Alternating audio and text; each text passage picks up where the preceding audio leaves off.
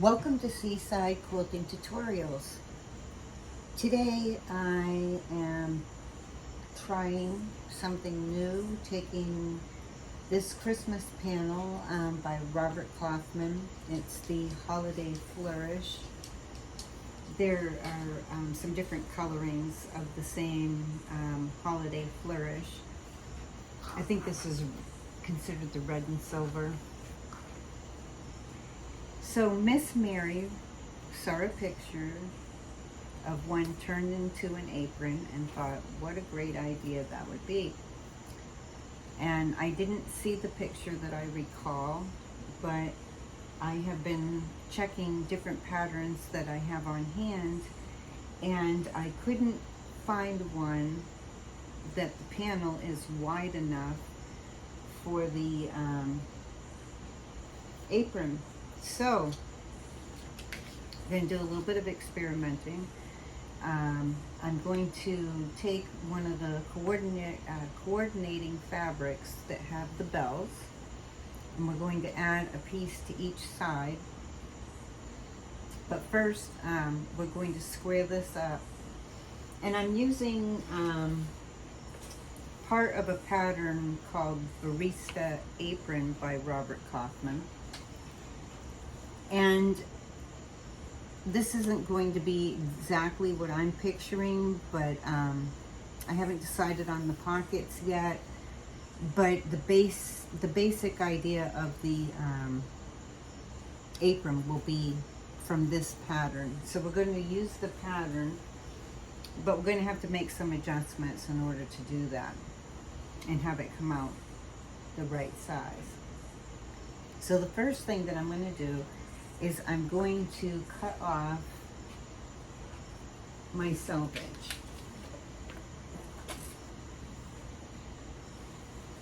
Now originally when I was thinking about this, I was thinking about doing a ruffle on the bottom.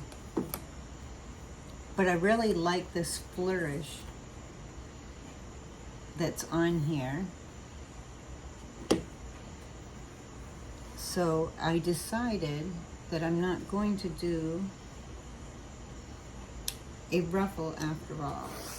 However, you could cut this a little bit shorter, probably about, I'd say about 3.5, 4 inches shorter than what I'm going to cut this.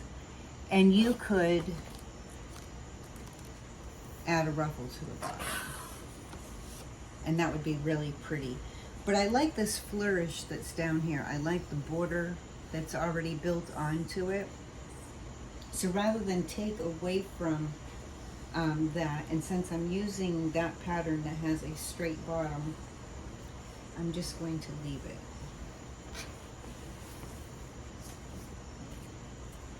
And it will make this even quicker to make and easier.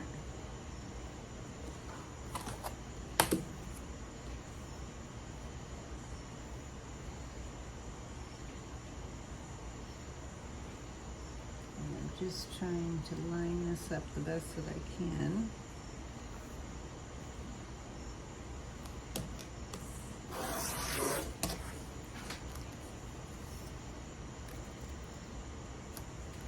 There we go. We're going to need a new blade 57. It's not cutting as smooth as I would like. So the next thing that we need to do, so we've taken the selvage off. We're going to find center points that we're going to want for the center of the apron. And I know that I want the top of the star here to be a center point, the snowflake right here, a center point, and this tree stand or tree pot, whatever you want to call it. I want the center of this to be a center point. So when I fold this in half, I'm going to hold the fabric up and see that both sides of this bottom of the tree are lined up to each other, and that will help give me my center point for down here. So I'm just going to fold this in half.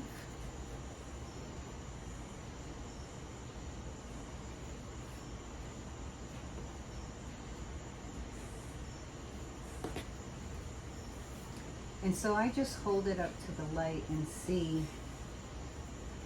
if they're lining up to each other, and they're a little bit off. So I've got to adjust it just a little bit. And it helps to hold it up to the light, because then you can see from both sides if that's lining up well. And it's lining up really well there. The other thing that I'm wanting to make sure of is that I line up my border so it's matching on both sides and even.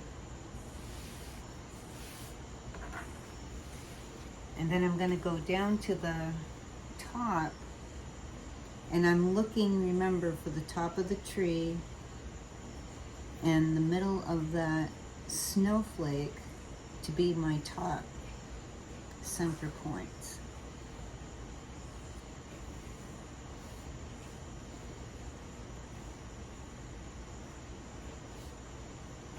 And then from there, I'm just going to ease the fabric out.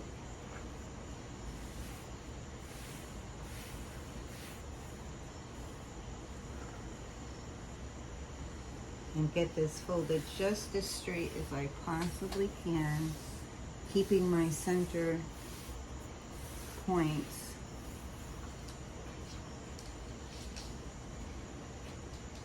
as best I can as well.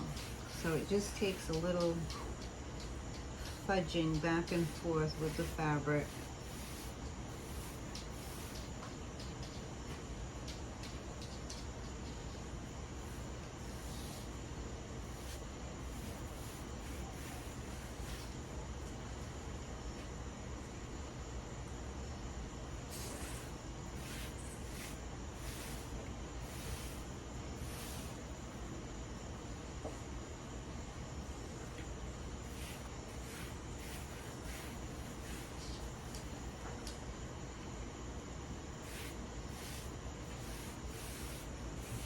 Okay, I'm just going to take it this way, and I can always straighten out the top afterward.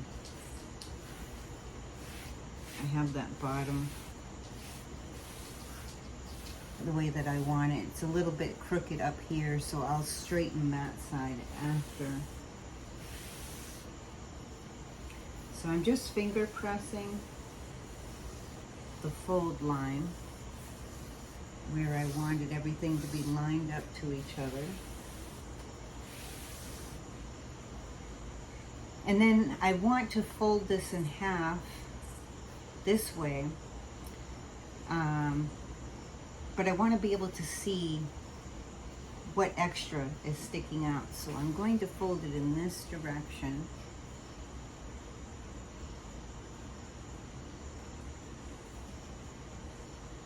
And I'm folding it in half. Put my folds together.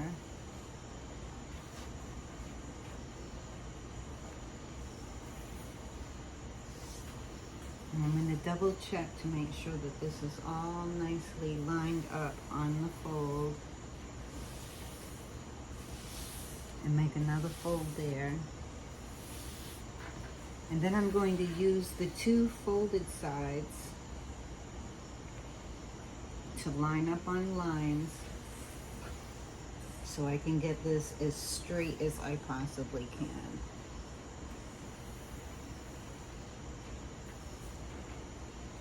And you might have to move it around a little bit here and there to get that all nicely lined up.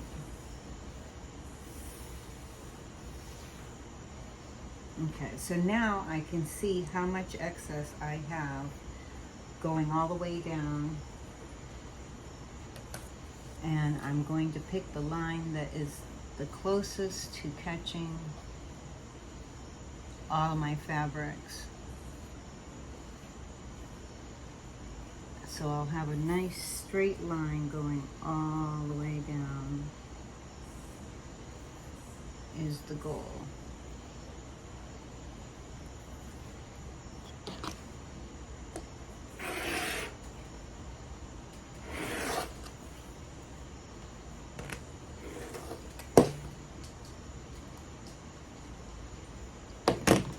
Okay, so I should have a nice straight line going all the way down the length of the front of my apron. And now that I have that straight line, I'm going to line that straight cut that I just did .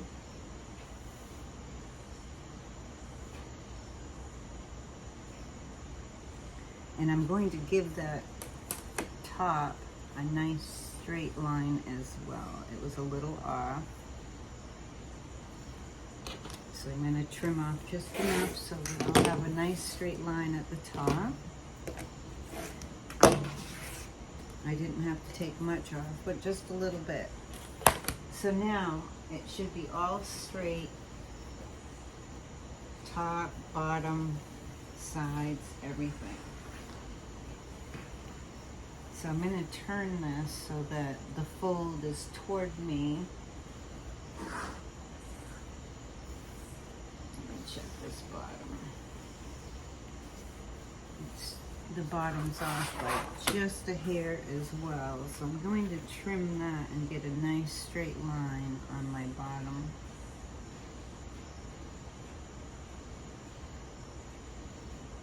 That way everything will look nice when we get it done, or at least that's the goal. We'll see what happens.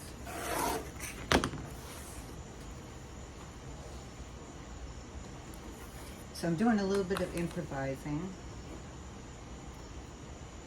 And this is a learn as we go project. And I'm sharing that with you. And if it works out, you get to see the tutorial. If it doesn't work out, you won't. Okay, so we have everything lined up. We have it folded in half. All of our edges have straight lines, and we have our fold in the center.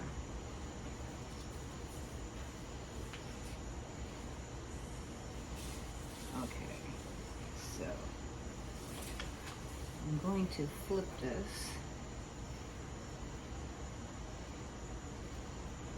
and bring it closer to me, and I'll move the camera a little bit so you can see what I'm doing. So they have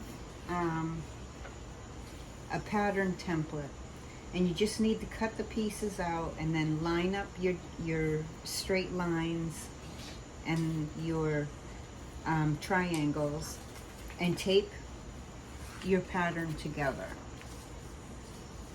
Okay, so this is the top part of your apron,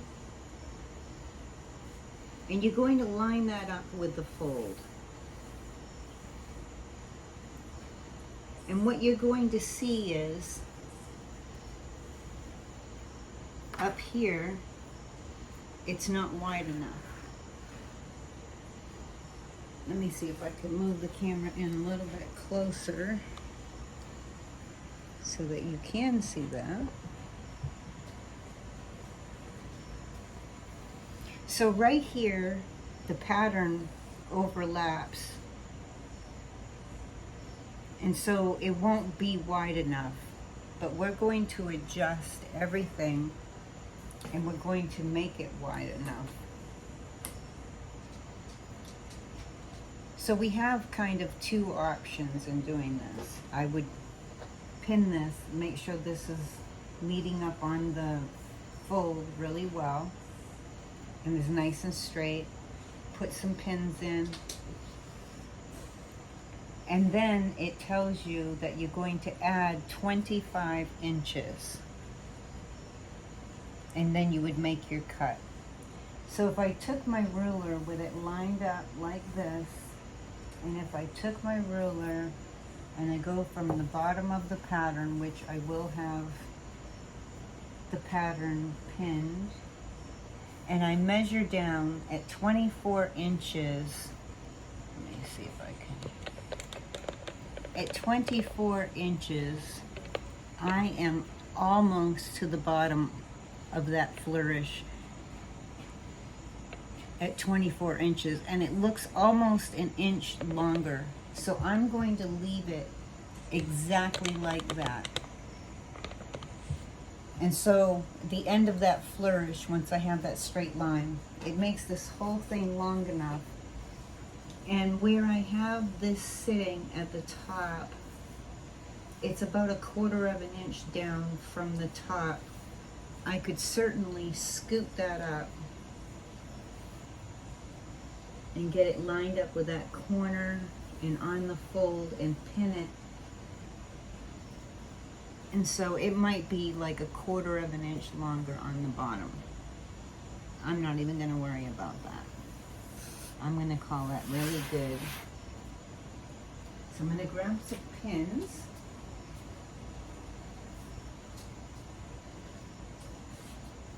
And I'm just going to bring this a little bit closer to me so I can make sure that I have this sitting lined up with, I want the top of my pattern to be lined up with my raw edges and on my fold right in that corner. And I'll just poke a pin in there to keep that there. And then I'm just going to double check to make sure this is sitting on the fold as I go down.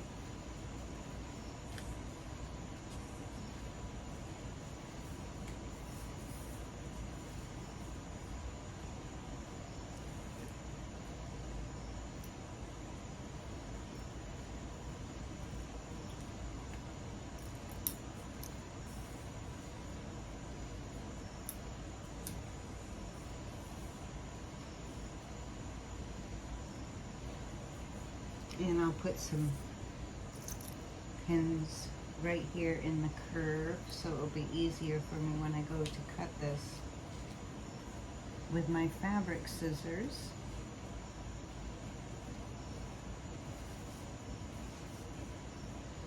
Now I'm thinking when I go to alter this and add some fabric, there's 2 ways I could do it. I could simply add fabric right from this point here down to the end and just measure.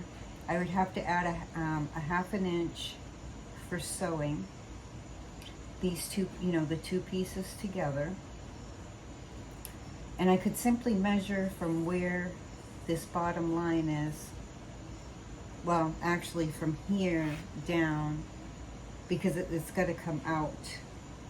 I'm going to need the fabric to come out here so I can get this extra curve into the additional piece of fabric. And so what I plan to use for that additional piece of fabric is one of the coordinating pieces from the line. And so I'm thinking that I will measure from up here. So the other thing that I could do is I could literally cut to the corner here, and I could fold this over and cut straight down and then add my piece, and then I would flap this back over and make that underarm part and have my piece go from here down to there.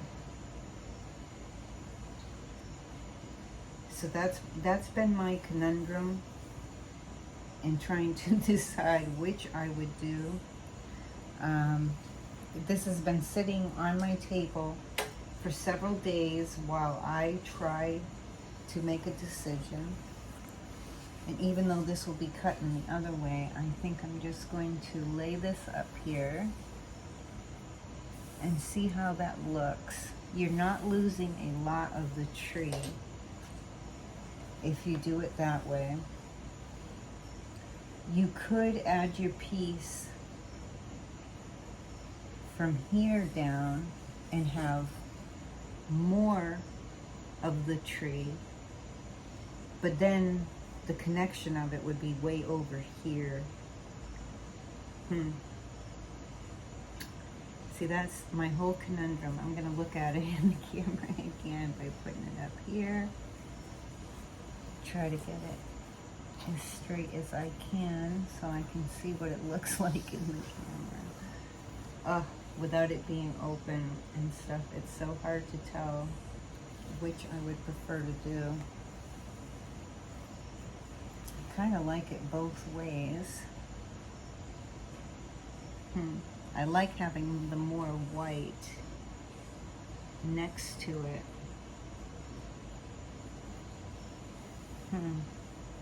That is a big conundrum right there.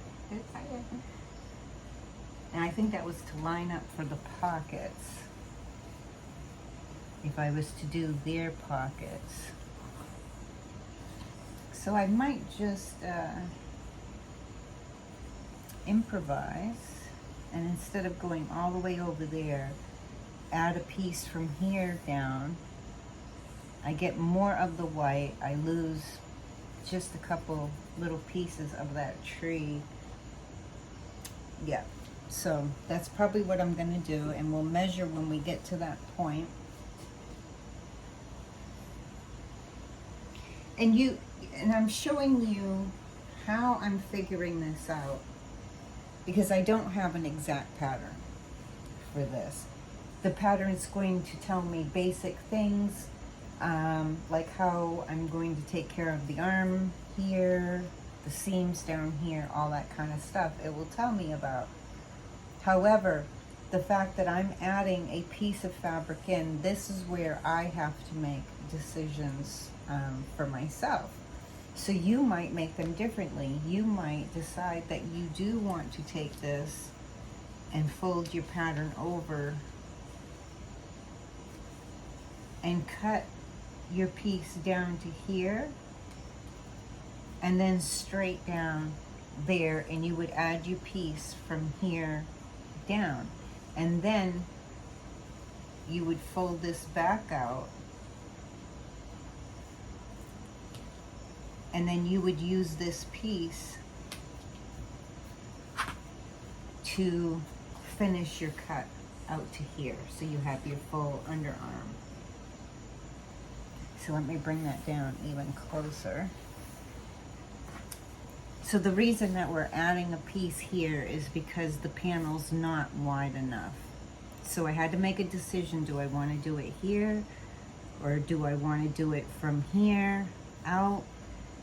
And I'm thinking about halfway between the two. And I won't lose very much of this little sprig right here and one on the other side. I won't lose very much. I'll still have that pop from the white, and I think it will look really nice with the Christmas balls on the side. So let's do our cut right here, because we know we're set up for that. We know that needs to happen.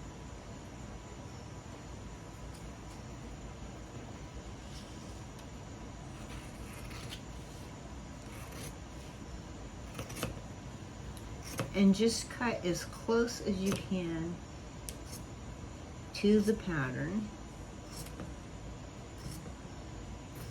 And just go slow around the curve.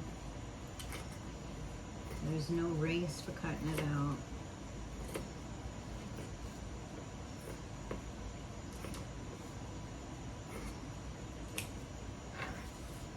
Okay, and I need to trim that just a little bit, because I didn't get close to the pattern right in here.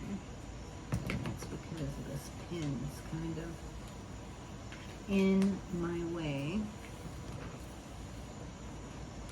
So I'm just gonna give it a little trim.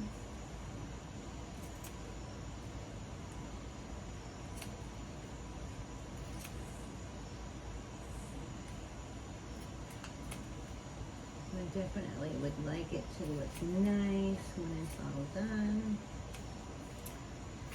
Okay, it's not perfectly trimmed. I'm at kind of a funny angle doing it too. Oh well, it's good enough.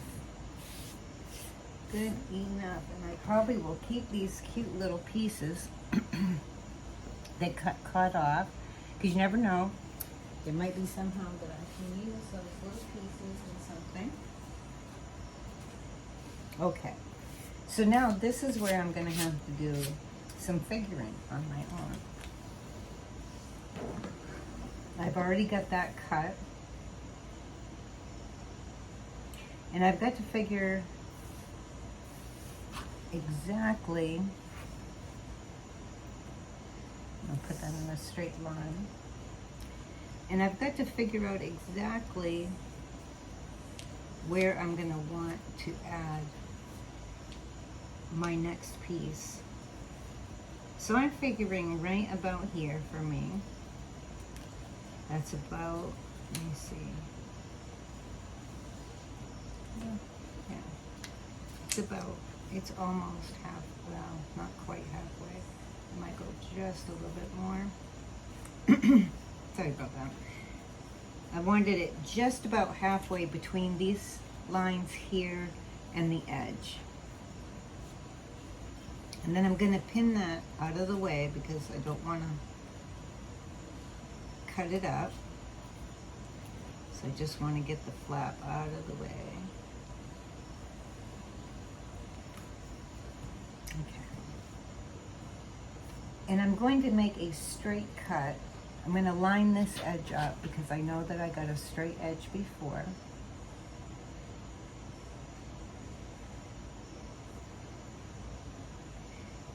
And I can see where I have a straight line here that I can go by. And of course down there. So I'm going to use my rotary cutter to take some of this off.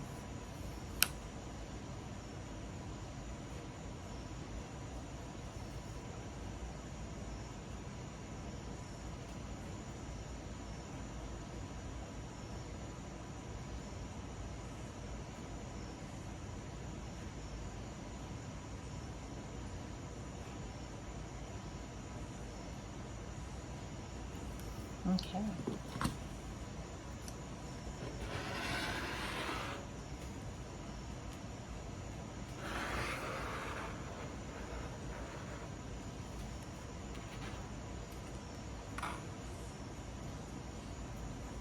And so it looks like I'm taking off just about 2 inches.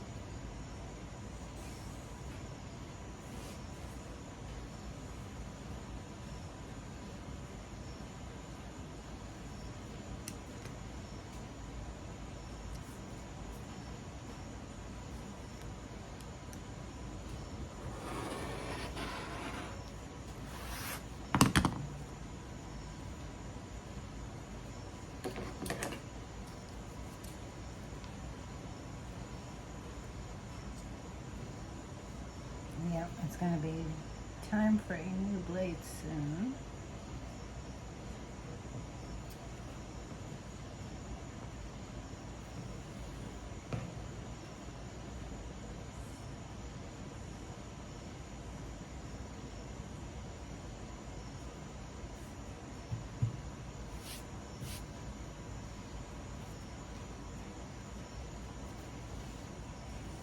Okay.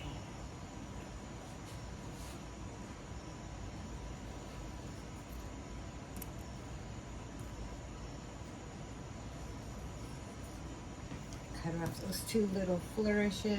Never know. I hold on to little pieces. I might be able to use them somewhere sometime. Okay, so I've got this section of my apron all ready to go. I'm going to need to add a piece from right here. So I'm going to bring this down so you can see closer what I've done. So I folded this over and then made my straight cut down. And after I add the fabric to each side that I need to add, I will unpin this and lay it back down so that on the new piece that I've added, I can come back and I can trim around the rest of this edge to complete the underneath arm part for the apron. And I can't do that right now because there wasn't enough fabric to go all the way to where the hemline is and stuff. So I've got to add a piece in. And so this is where I need to do a little bit of math. Whatever width I decide on over here, I have to remember that I'm going to have to add a 1/2 inch to the contrasting fabric, because a 1/4 inch will come off this and a 1/4 inch will come off that. So I got to make sure that I keep that in my measuring of this. Now I'm just going to bring mine out to where the end of this pattern piece is. So I'm just going to lay something on there for now to keep that down for me.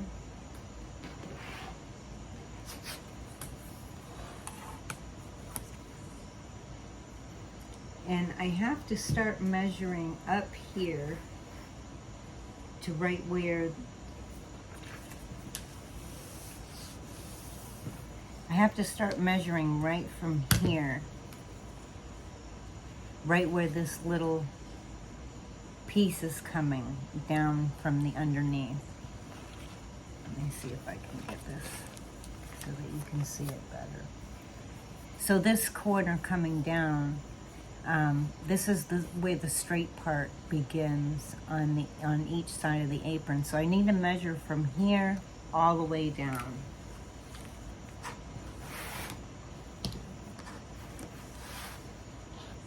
Now your measurements aren't going to be exactly the same as mine. And that is because you may have trimmed a little more here or there than I did, and vice versa. So our measurements won't be 100% exactly the same. So that's saying 24 inches for me right there.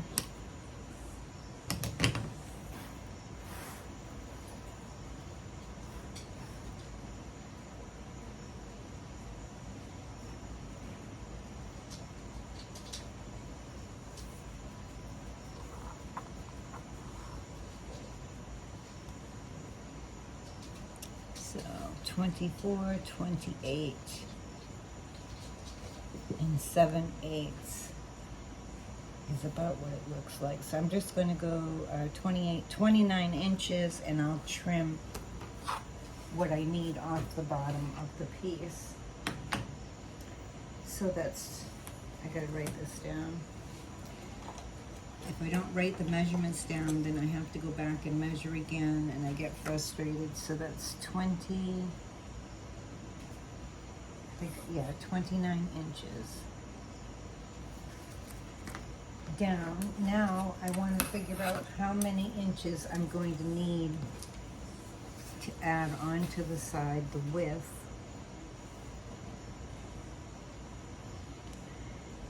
So that will be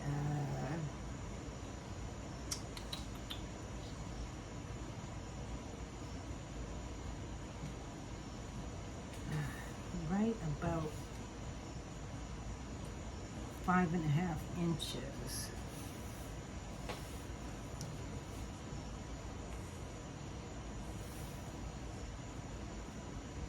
Yeah, pretty close. So I'm gonna go, for me, for the 5.5 inches.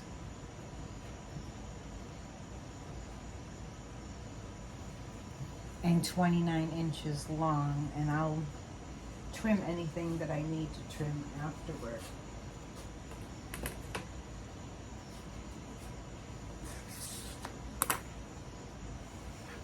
So I'm just going to set this aside for a little bit, out of the way.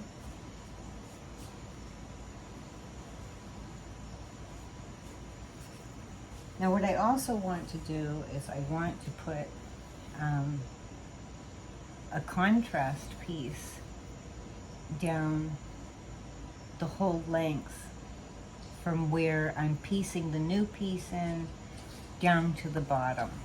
And I'm going to use this gray for the contrast piece. And so I'm going to need two, one for each side of the apron. Oh, the other thing about measuring that I wanted to mention before I forget, before we go and do this part. If you would like your apron to be a little bit wider, this is where you could add extra in. Because remember, we're sewing, we cut it right here. We're going to be adding a piece straight out. And you can add literally, like if you wanted to go further out, we're going to be trimming down and taking this top section of that fabric out to make the rest of our underarm. But this is where if you wanted to add a couple of inches on each side, you could definitely do that. So I'm going to do 5.5 here. Oh, wait a minute. That's wrong. I'm glad I said that. It's got to be 6 inches because I had to add that 1/2 inch in. So it's going to be 6 inches by 29 inches. Glad I went back over this. So if you added 2 inches more, you'd be at like 7.5 inches. Then, you know, it would be wider for you. And that's perfectly fine. Some people like their apron to go around to the back and cover all the way around them. So it just depends on how much more you want to add in, because this is where you can personally change the size of this apron. The apron, the barista apron, says that the finished apron is one size fits most. But this is where you can adjust this pattern and say, no, I need it wider. I want it to go more around me. And you can adjust all that. So like I said, I'm going to put a piece in here. So what I'm going to do is I'm going to cut 2 strips 1.5 inches. Then I'm going to press them in half. And when I add my coordinating piece to the side, I'm going to lay this down, meeting up the raw edges, and then I'm going to lay that down on top of it, right sides together, and then this is going to become sort of like a piping, and you could use a decorative stitch to stitch it down, or just stitch it down with a straight stitch. It's just going to give us that little bit of separation between the two designs, and make it stand out a little bit more, I think. So I've got to straighten this up a little bit.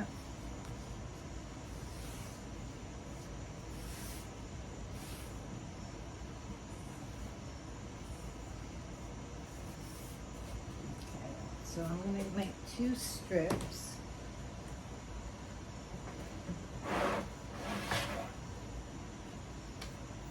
And I'm just going to do 1.5 inches for each of the strips.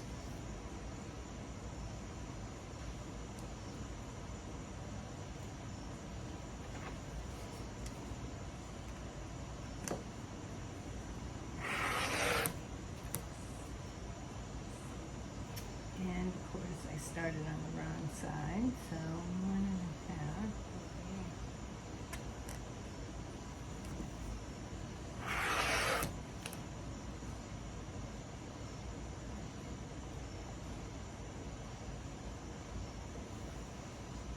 Hopefully I picked the right ones. I've got my ruler upside down.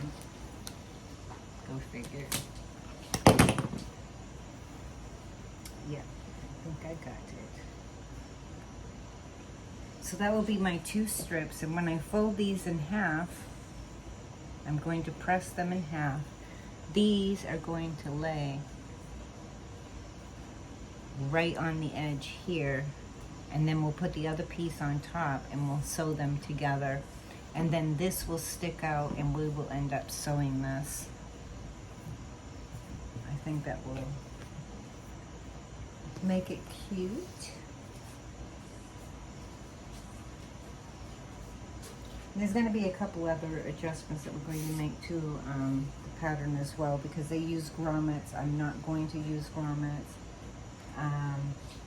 We're going to add our ties a little bit differently.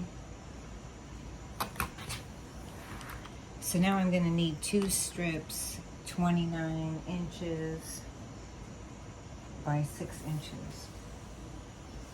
So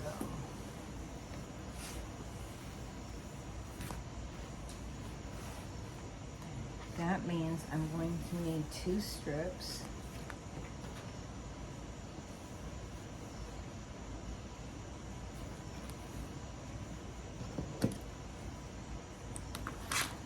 From this fabric.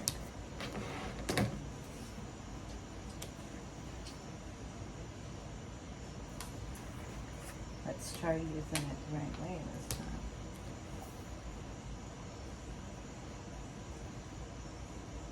So I'm going to cut 2 strips because I won't get 2 out of 1 strip.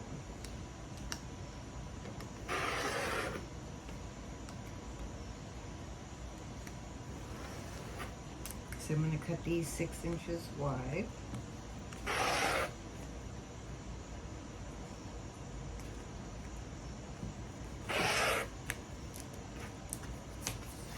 And then I will trim them down to 29 inches in length.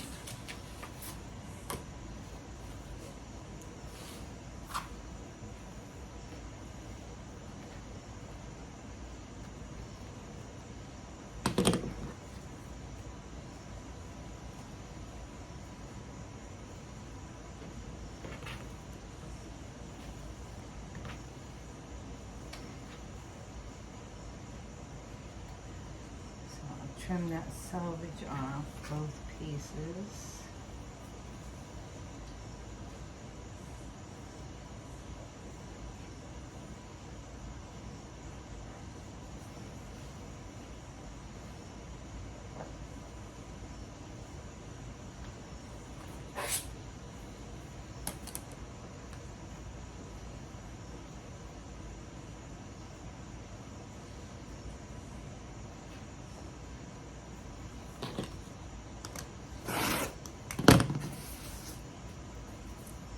And then I will trim them down to the 29 inches that I'm going to need.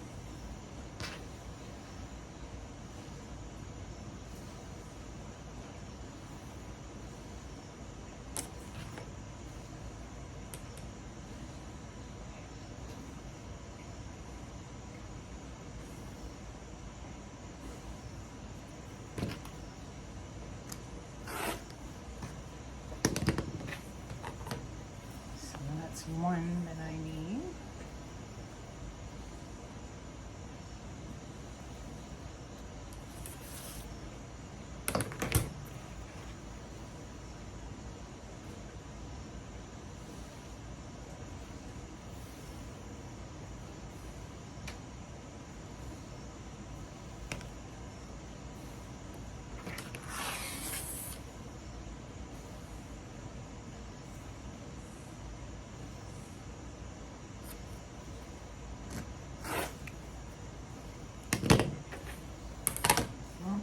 All set with those. So now we have what we need cut for now. We will need to do a little bit more cutting afterward, but we need to put these together first. So I'm going to press the 2 strips in half and cut these down to 29 inches.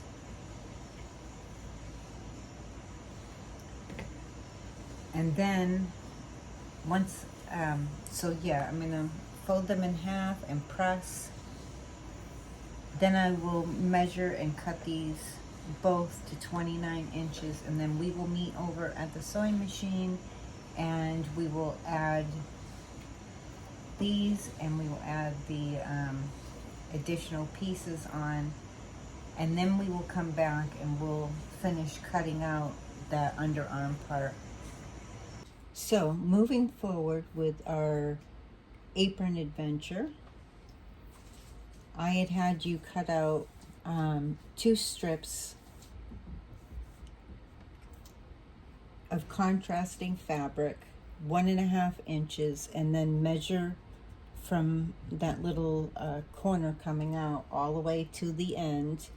So remember, we took a look at that little corner coming out. You're going to measure from there down to the end.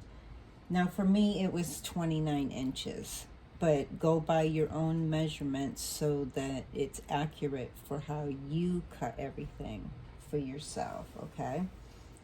That's the only thing about doing something like this and altering the pattern, is that I can't give you exact measurements. It's going to depend on how much you trimmed and all, and how you set your piece in and all that kind of stuff. So I prefer for you to do your own measuring. Now I ended up just a little bit short when I got up there, but it's like maybe a 1/16 of an inch or something like that. When we do our trimming, it's basically gonna work itself out. I'm not worried about it. Okay, and so then I pressed with my seam going toward the additional piece, which caused that strip, which would be sticking up, to press toward your apron. And I think that gave it the best look. I tried it both ways. I tried flipping it this way, but it didn't look as good to me. So I thought this looked a little bit sharper. It's the direction that I want it to go in. You can decide for yourself which direction do you want this to go in, because we are going to do an edge stitch all the way down to keep it in place so that it's not, you know, getting stuck on drawers or anything like that. It's all going to be tacked down with stitches. Now in the meantime, and we're going to do the same thing that I did here to the other side, and I'll show you how I did all that. But before I forget, remember to take your pattern and just lift it up and stick a little pin here so that this flap is out of the way when you're doing your sewing. I left it, the rest of it, pinned on so it stays in place exactly where I had it. So when I have to bring this piece down, I'll know where everything lands and if I need to cut a little bit more for this curve. So before we sew the other side, before I show you how this is going to go on, I had an afterthought. Luckily, before we did this part, I thought, let me see, oh, there it is. I thought it would be nice to have a towel loop on here. I always find that handy on an apron if you have a little towel loop. So I had a piece from up in here where I cut out.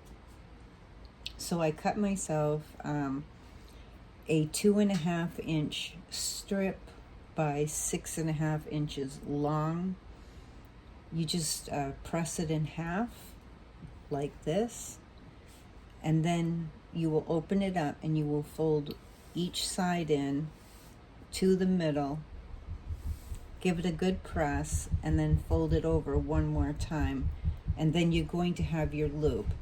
And we're going to stitch about 1/8 of an inch down this side to close it up, and then we will fold it in half and we will put it in here when we sew. And I marked the other side just laying it up against me. It's just a guesstimate of where I want my loop to be. But when I go to sew all of this, that area is going to be a little bit thicker, so we're going to need to slow down and go over it, and then we will reverse and go back over it to extra secure that in place, because it will get a lot of wear and tear because of sticking a towel in there and taking a towel out.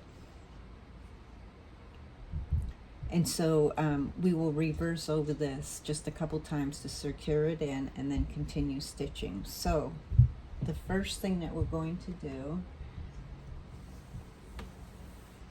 and I'm telling you, things are falling everywhere. I just lost my extra piece. Oh, here it is. I'm like, oh my goodness.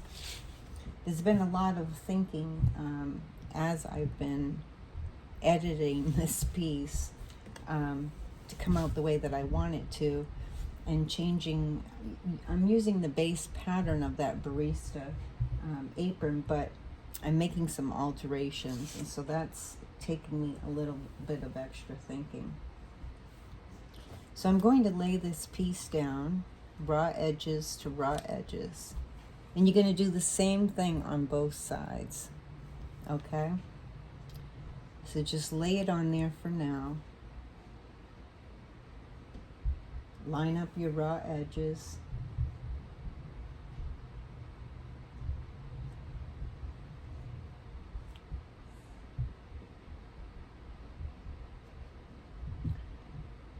So this gets pressed like that. I'm trying to think about how, when I put my loop on and it presses like that, that should be, or do I want it under this piece, coming out that way? I gotta decide how I want my loop to go in here.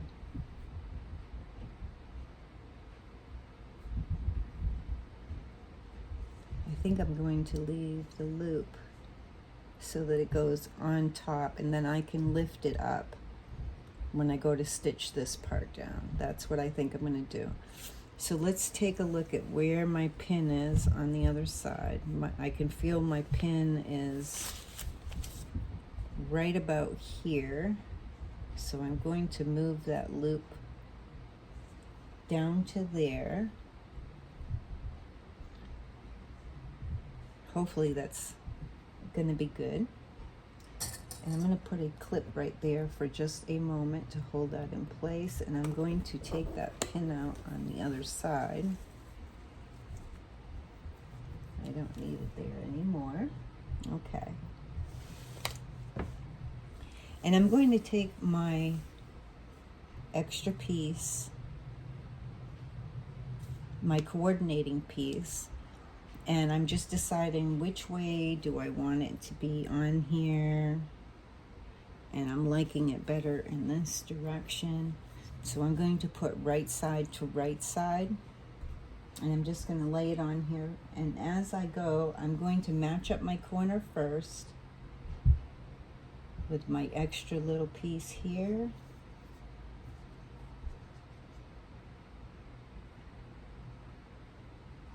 And then I'm just going to clip this as I go. And I'm just going to keep lining all three of my pieces up so all the raw edges are going together.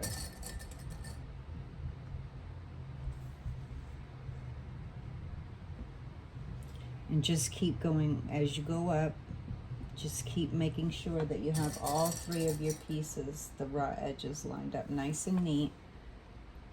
We don't want part of it back and part of it forward. It won't sew very even that way.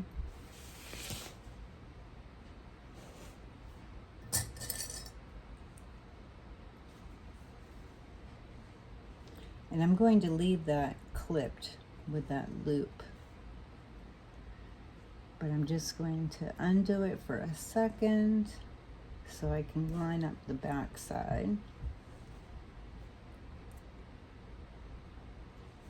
There we go.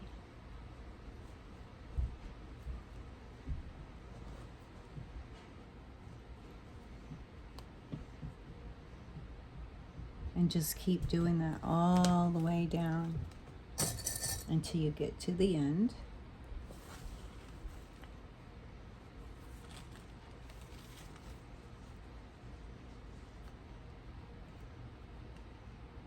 Now I know this fits because I've already had it fit on the other side.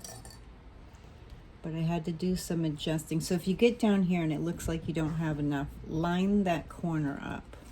So that little pick will line up with the corners of these. Get that in place a little bit better. And then I'm just going to work my way down.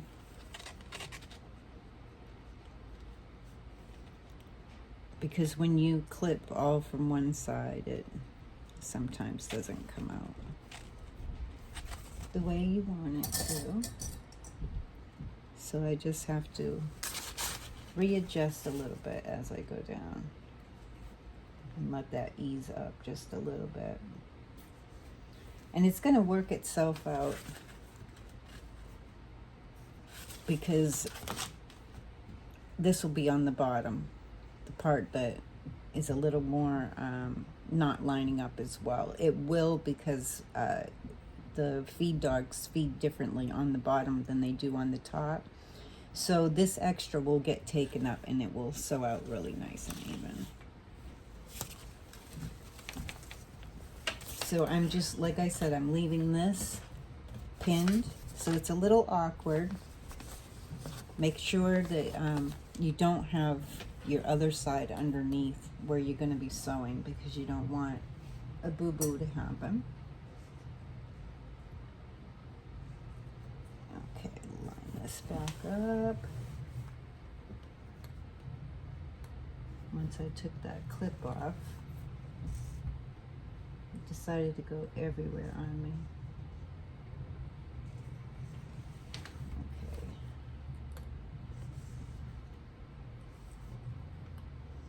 Make sure your layers are nice and straight.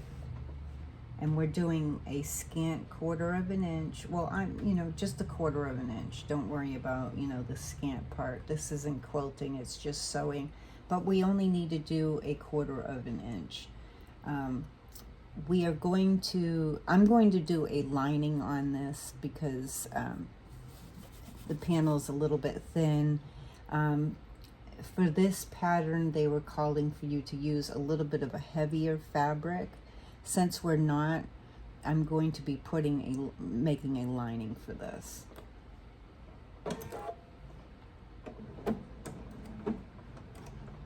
And we're going to use the apron front that we're making now for our template for our lining, because it will be sewn together, it'll be cut out the way it needs to be. Now remember, when you get to where your loop is, slow down, because that's going to be thick going through, since it has the other 3 pieces plus now the bulk of that loop. So we're going to just slow down when we're going over that. Give the needle a chance to go through the layers. And I just realized that I forgot to take my stretch needle out from my other project. Silly me.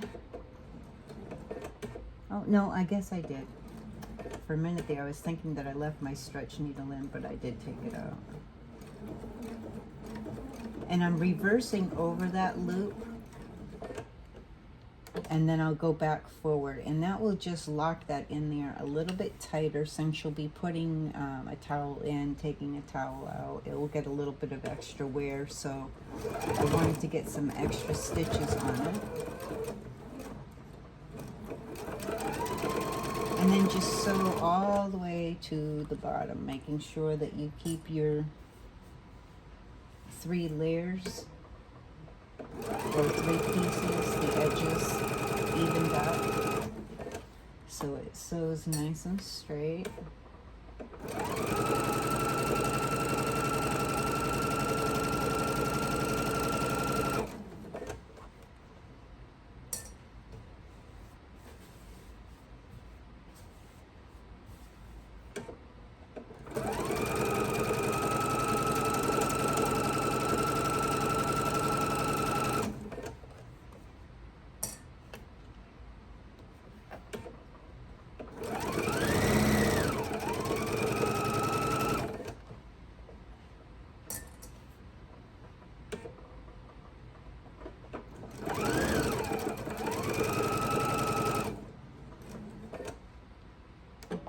going to secure the stitches down on the bottom. And I did on the top, but I just forgot to mention it. Okay.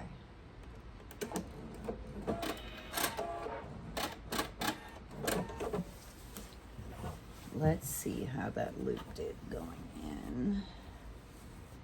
Nice. And for now, I'm just going to finger press this. And I have my seam going toward my extra piece.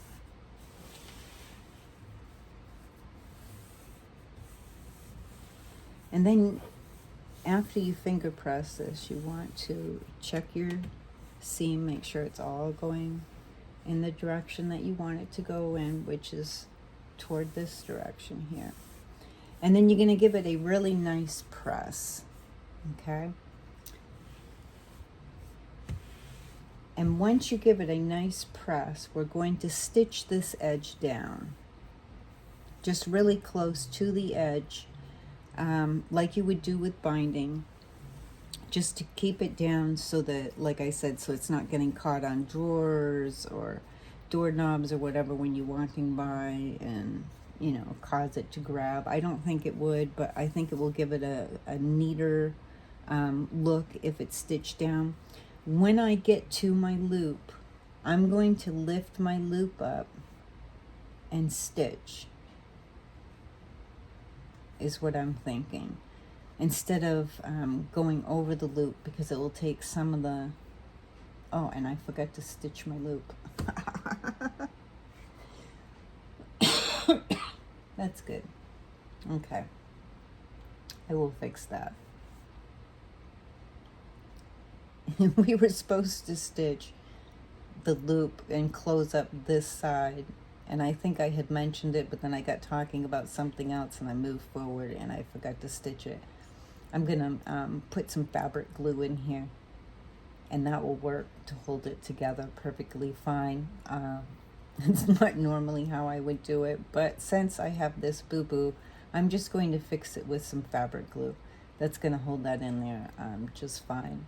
And I do have it going down instead of up, so that will work perfectly fine. But before you do yours, close up your end by doing a stitch really close all the way around before you put it in here. And then you'll have a closed up loop. I will fix mine, and that's how I'm going to do it, with some fabric glue. I was going to take it apart and restitch it, but the fabric glue will work perfectly fine. So moving forward, oh my goodness, I'm telling you, it's an adventure all the time. So I am going to turn my iron on, and I'm going to give this side a nice press.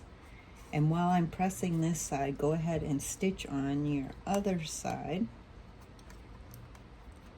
And leave that pinned up there.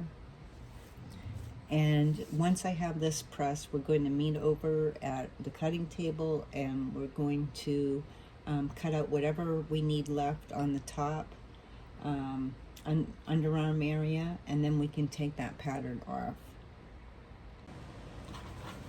So I'm going to unpin this piece, and I'm going to let it go out straight. Now my hemline, I'm about 1/8 of an inch off, maybe even 1/4 of an inch, and I'm not going to worry about that. That's not going to take that much off my side. It wasn't a big deal to me. So I'm going to pin that back in place, and I've got just this little bit right here that I need to trim. Put one more pin right here to keep this straight. And I just, like I said, I just have an itty bitty bit right here that I need to trim off.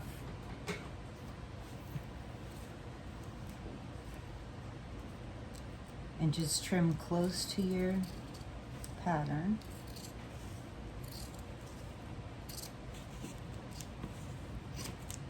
There we go. So now that's completed all the way, trimming that around. So now I can take my pattern piece off.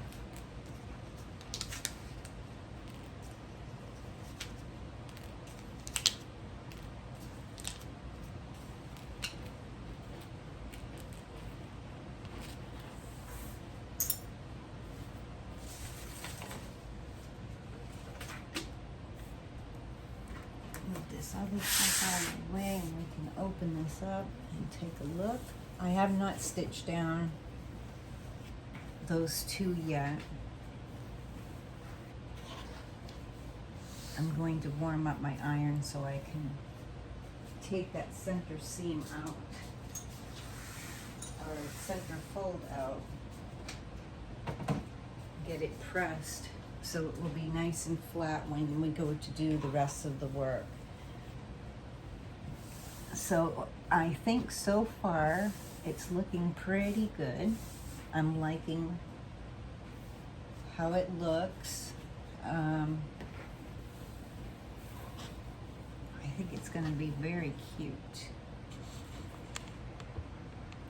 And I'm going to use muslin for my lining on this. Like I said, it's a little bit thin, and the pattern itself called for this to be a thicker fabric, which is fine. We're just using it for that upper part so that we could get the underneath, you know, the underarm part curved the way that we wanted it to. I think that's really nice. We have the tree. It's almost perfectly centered. I'm a little tiny bit off up in here, I think, but I don't think anyone's gonna notice. I think it's coming out very, very nice. We'll make a decision with pockets afterward. I'm still thinking on the pockets at the moment. So I'm going to press this really nice with my steam iron on the reverse side. I'll probably put some starch right in here to help take out this fold line so it's nice and flat. And then we'll take a look. I'm going to take a look at the next steps and make some decisions about how we want to do our pockets, and then we'll make our straps for up around the neck and for the back, and then cut out the lining and move forward with the steps. So I'm going to press this. I just wanted you to see, you know, taking and opening up that piece of the pattern that we had folded over, finishing our trimming right here. Now we have that off and out of the way, and so you can see it opened up and how it looks at the moment. And I'm really, really, really liking this. It has that nice flourish right in here. Our two sides added on. We were able to get the whole tree into our apron. We'll still have a couple of the dangly balls and you know, Christmas balls and snowflakes hanging down, which I think is going to be really, really cute, even once we do our folds up here that we need to do and stitching. So that's really, really nice. So go ahead and press this, get your center fold out, do a nice press down each side, get your seams nice and pressed. We'll meet back over at the sewing machine, and we will edge stitch really close to the edge down along here, and we will lift up the loop and just stitch really close, and then just let the loop loose, so that way we'll be able to fit a towel in here. I think that will be really cute. Okay, so go ahead and press this, and then we will meet back at the sewing machine. So before we sew these down, I just wanted to point out one thing, because I did want to see what it would look like if I was to put pockets on the outside. And in hindsight, I thought of a different way that we could do a pocket, but we would have had to make some cuts and do an inside pocket and whatnot. We'll do that kind of a project coming up soon. So if you did want pockets on here, now I see this as more myself as like a serving Christmas apron, not so much of a utility apron. Utility aprons, we more want to have pockets, and especially the loop, and the loop would still come in handy as a serving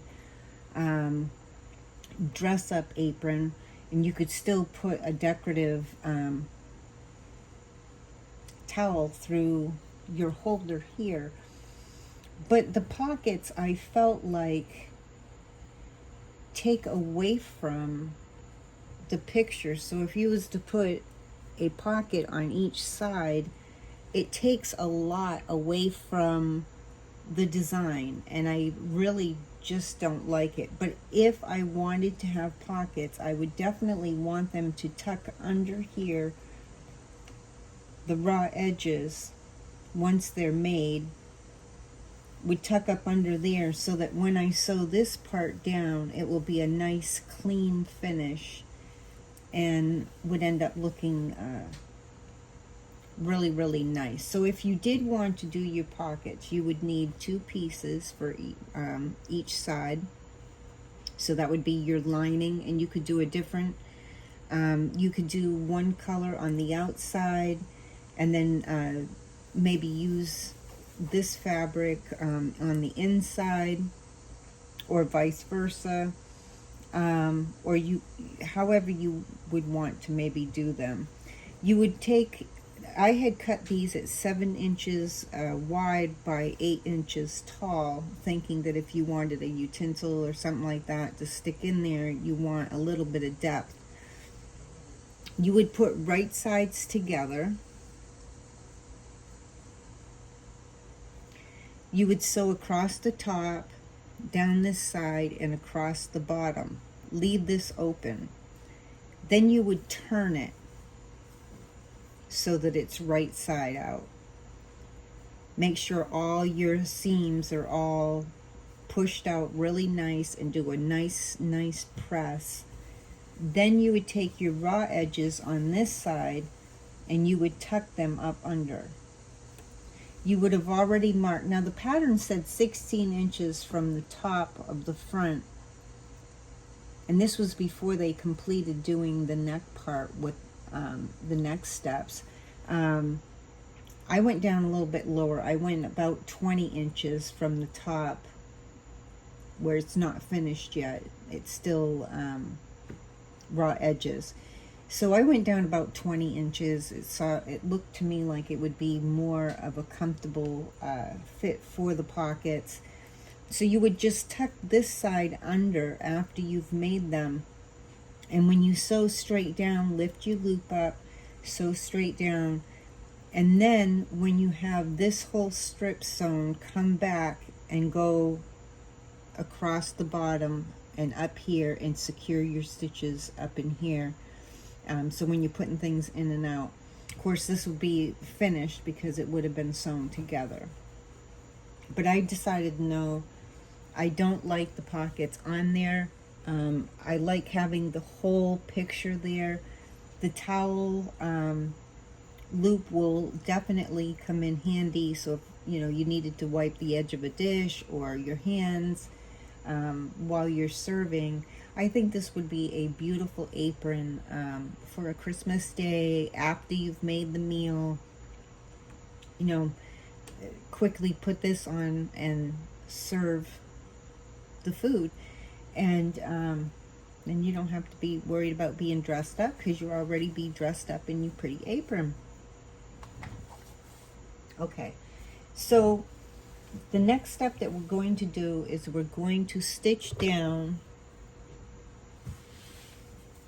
this contrasting strip. Now those are just my marks. Those will come out. They're just water soluble. That was so if I did want to put pockets on. I'm feeling not a need. This I don't think will be used the way that you would use an everyday apron. So we're going to stitch close to the edge. Now I'm going to use my left edge top stitch foot because it has a groove, and so this edge will push up against the groove and keep me pretty, pretty straight going down through. So I'm going to go all the way from the top here all the way down to the very bottom and stitch that down. That will just keep that from flapping up. But if we were to add pockets, we would want to do that and just pin them in so that when you go down through, it doesn't shift, and then you'd come back and stitch your pocket like I was telling you on the bottom and on that side, and leave the top open, and you'd have nice finished pockets. And I think there are some panels that if we did that, it really wouldn't take away from the picture. But this one, I just feel like it does. And I wish in hindsight that I had thought about doing splits into the fabric. It would have taken a little more finesse and measuring, and I was already altering this one. So I'm kind of glad that I stuck with everything the way that I did for this time. But maybe down the road I'll do one with the other type of pockets where they're inside, they would be in between the lining and the front. Okay, so let's go ahead and stitch these. I've said that I don't know how many times now, and we haven't gotten to it because I wanted to address other things first.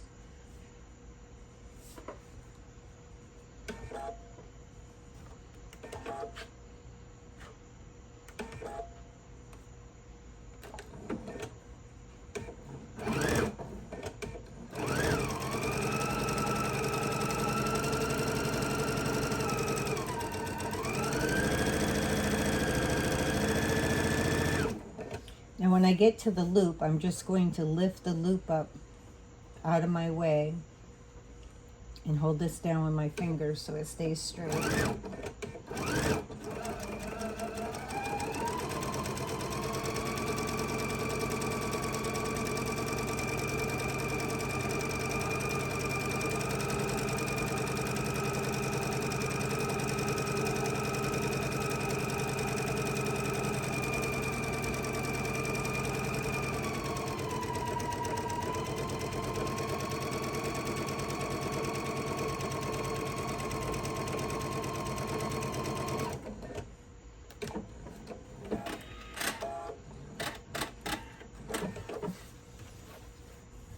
Okay, I think that gives it a nice finished look.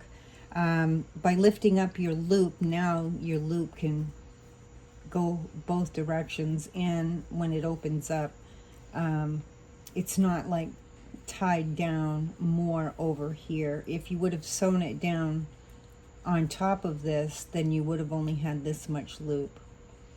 I just feel like it's a little nicer like this, but you can do whatever your preference is.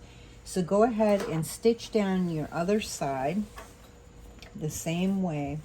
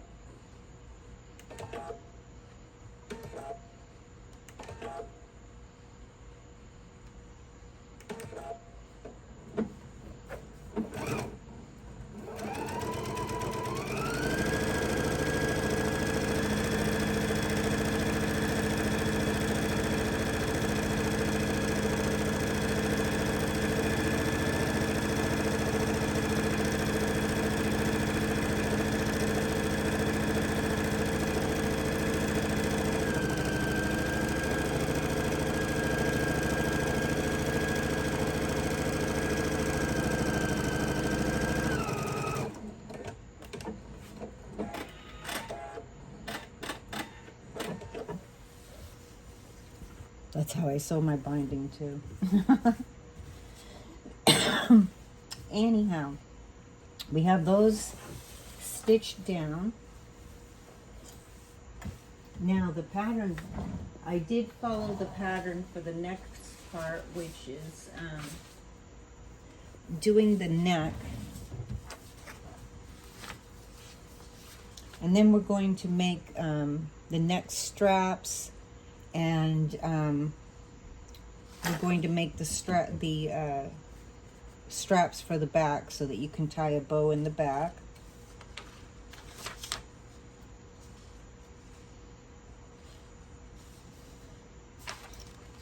Wait a minute.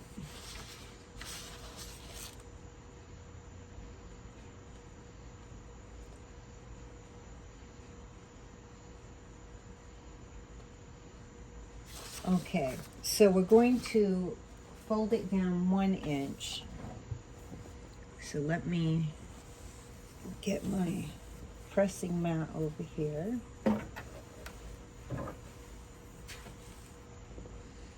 And get my little iron warmed up.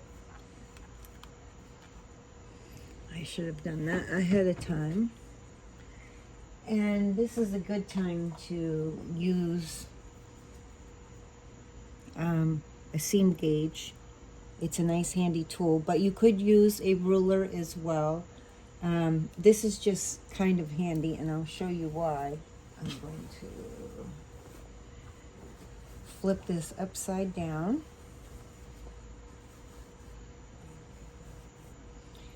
And I just slide this little guide down to the 1 inch.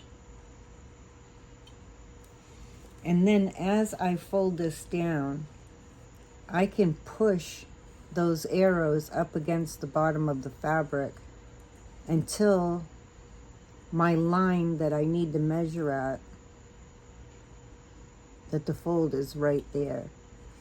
And then I can even use this to push across to kind of press that down a little bit.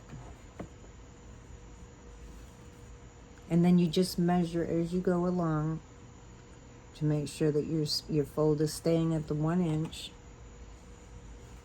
And remember, press, don't iron.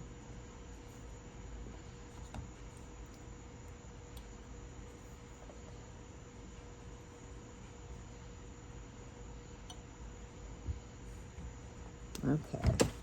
And then we're going to set it at 2 inches. And we're going to fold it down 2 inches. And once again, just push with the arrows at the bottom until you have it straight at the 2 inches. And then go ahead and press and measure your next section, and you just do that all the way across.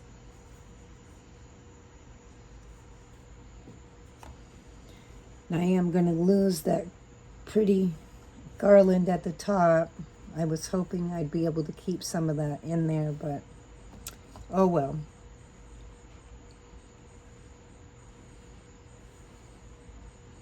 Okay. So we have that nicely pressed.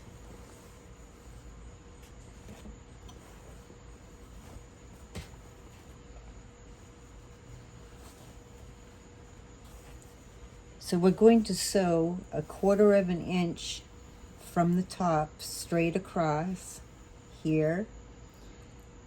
And then we're going to do another row of stitching 1/4 of an inch away from that stitching, coming back in the other direction.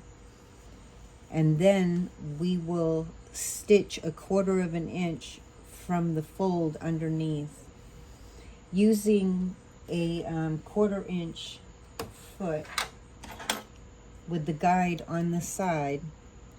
Really helps, because then it will feel against that fold underneath and keep your line straight for you.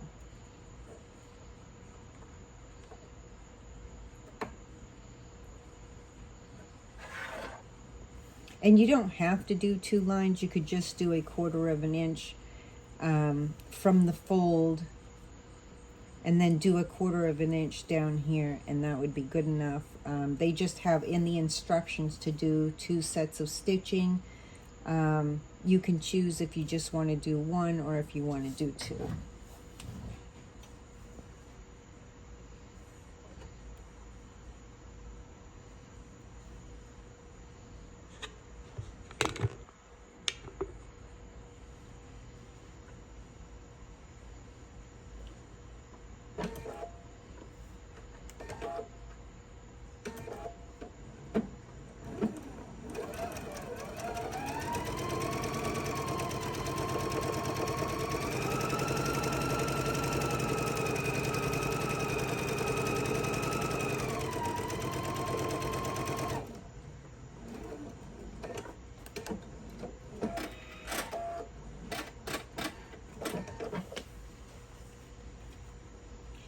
And I'm feeling like one set of stitching is more than enough.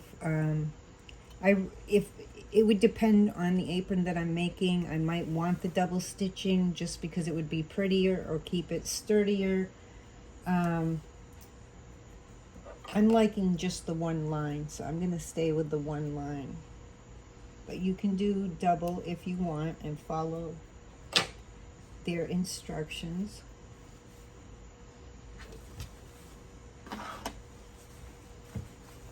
And I'm going to turn my apron going the other way so that that guide will run up against that fold and keep, hopefully, my thought is it will keep me a little straighter.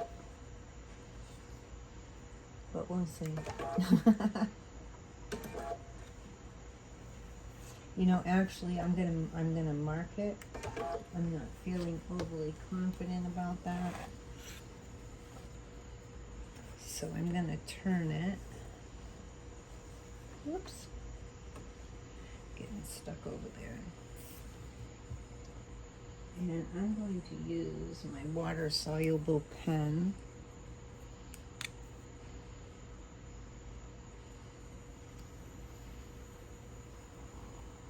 And I'm going to mark a line, and I'm thinking, yes, since this is white, I can see through from the back, so that I'll be doing better with my stitching.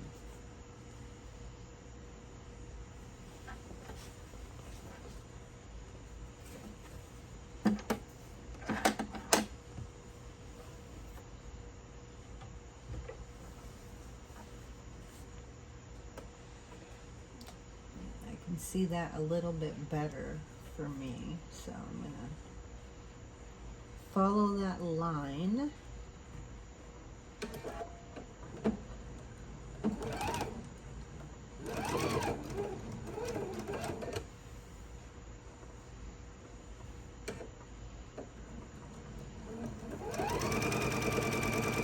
And I could have drawn it on the front, but since I can see through the fabric,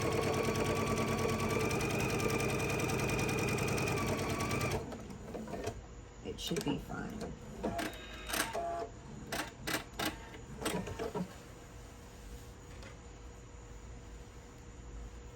So the bottom stitching, I stitched it on the front side, but I'm 1/4 of an inch from the bottom and I'm 1/4 of an inch from the top. And I'm just going to do those 2 lines of stitching. I like it, so I'm going to leave it that way. How's that? So the next thing that we're going to do is we're going to make our neck strap. And so on one side, I'm going to have this piece, which we'll make now, and it's going to fold over and it's going to have D-rings in here, so that when the neck strap comes around, it will be adjustable to your neck and, you know, the space that you need for it to be able to hang down properly on you. And it will just make it more adjustable. I did not want to do grommets and have to put 4 grommets in to the apron. I think it will take away from the style of the apron. I had these little strips that I, in order to straighten this up, that I had to cut off the bottom. But you could even use some of the piece that you cut out of this area as well. And that's how I did my loop for my towel, was out of some of this fabric right here. You could use some of the coordinating fabric with whatever panel that you're doing it with. I just happen to have these 2 pieces left over from straightening out my piece. Well, it would have gone like this. And I just thought, wouldn't that be cute if I use that for the top to put my D-rings around. And I do have a package of D-rings here somewhere. So I'm just going to use these D-rings and close them in this up here, and then I will attach, when we sew our top to our lining, I will stick this in there and have it sew right into the seam, or it will be your neck piece that comes up around, and this piece will be over on this side with the D-rings in it.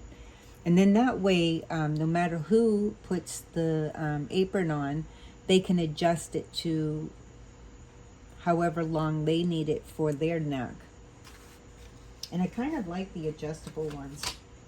So to make this, this is 1.5 inches by 5 inches long. So 1.5 by 5 inches long. And I'm just going to put it right sides together. And I do want to match up this bottom here.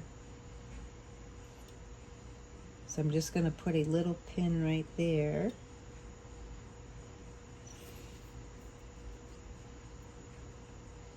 So what I'm going to do is I'm going to stitch a scant 1/4 inch all the way down one side, across the end, and down the other side. Leave this end open so that we'll have a way to turn it and, you know, get it all nice. We'll press it, and then we can use it to put our D-rings around, and this will stitch in between the seams of the top and the lining. So we'll go ahead and make this piece.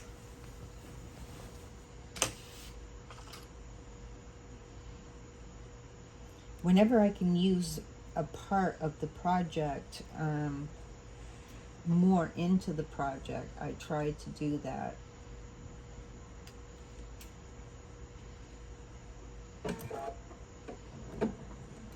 And I try to use up some of the smaller scraps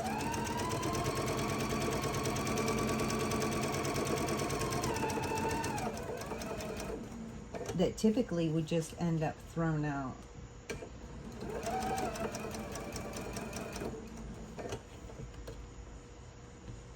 Because like these pieces, I thought they were really cute and I had set them aside, but then I was like, well, they're awfully small. They were 2.5, like 2 inches, I think, wide. So I trimmed it down to 1.5 inches. Something like that.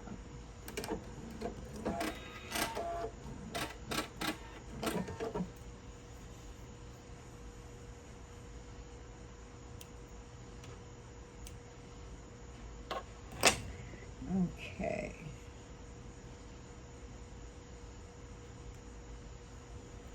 So I have one of those turners, if I can get into my drawer here. And I have a couple of different ones. So we left that whole bottom open, which is perfect.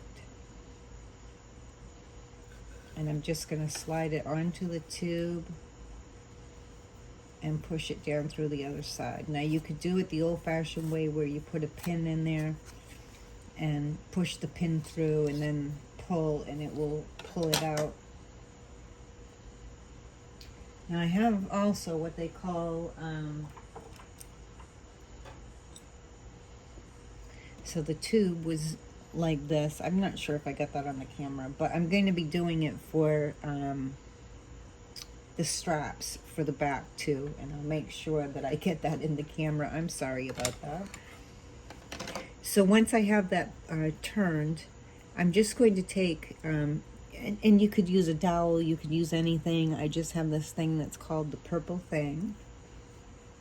And I'm going to run it down the seam to kind of flatten my seam out.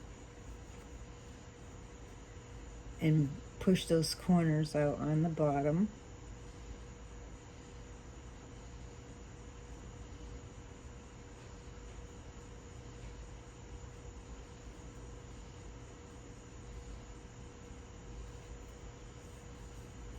And then I'm just going to give that a nice press.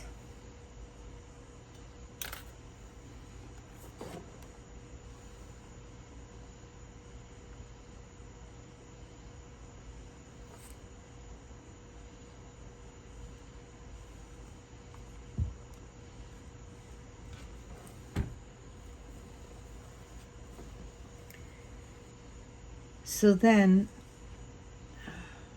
probably, let me see,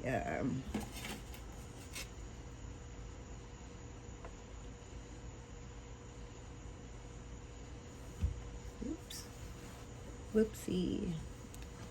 I'm going to go about an inch over from the edge to line this one up.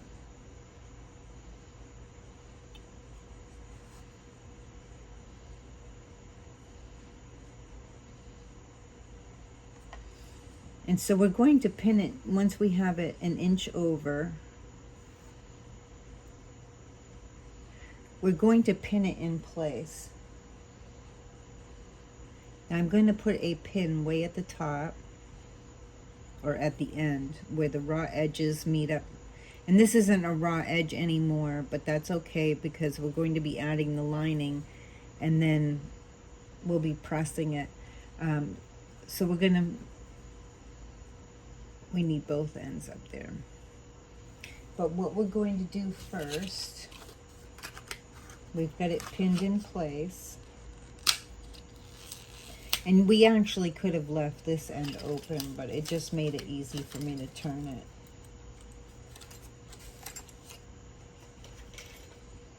So I'm going to take my D-rings and I'm going to slide this through. And then I'm going to pin this up here. Now that's going to be thick, of course, when we go through, so we'll just slow down. When we get to it, we're going to slow down, we'll go across it, and then we'll reverse, and then we'll come back. That way we can secure that in there, because this will get used every once in a while to adjust.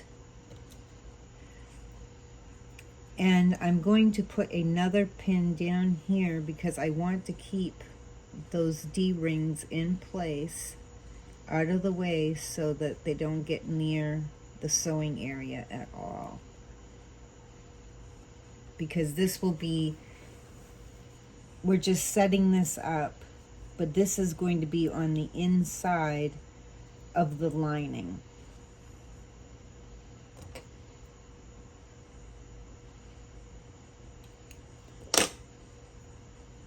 So we just don't want this moving around. We want to keep it nice and straight and out of the way so that as we come down and do our seam, none of this is going to be in the way. The pin won't be in the way and the D-rings won't be in the way.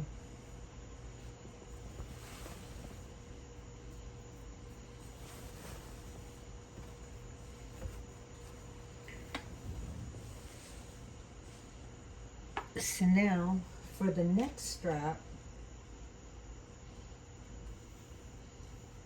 I just cut 3 inches by the width of fabric. It's just easier to cut a strip. And then I took that 3-inch strip and I folded it in half. So it would have been in half like this. And then once I had it all pressed in half, got a little bug in here. Then I took each side and folded each side into the center. And then folded over, which is the same thing that we did for the loop. We don't need very big ties or very wide ties. I'm just doing thin for the neck rather, going around. We don't need it to be thick. So I'm doing it thin. I don't like anything heavy and thick around my neck. And what we will do is, we're not going to worry about this end because this end is, once again, this is going to go into the seam between the top and the lining. So you're going to figure out about how long you want it to be.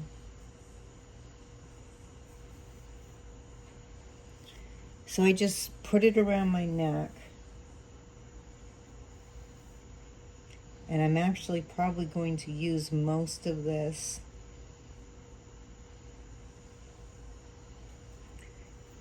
And I'm going to trim it where I felt I had enough that I can adjust it. Now, if you cut too much, if you make this too long, that's less of a problem than if you make it too short. If you make it too short, then you have no room to adjust it. So you can just put it around your neck and figure out, you know, if it's attached to the top and then it comes down and cinches back up, how much of a neck piece do you need? And actually, I'm going to cut just a little bit more. Well,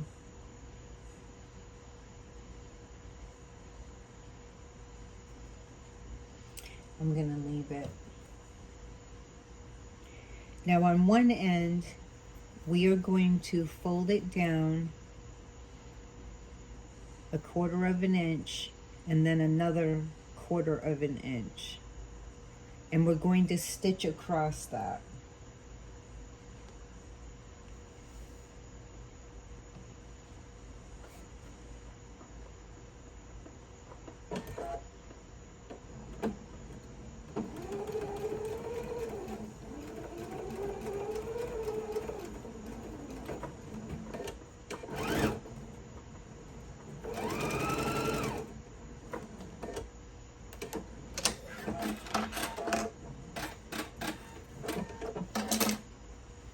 Okay, so I stitched across that. Now I can refold this.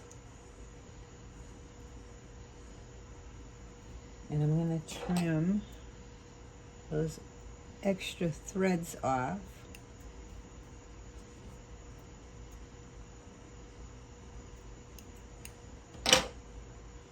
And I will refold that at the end.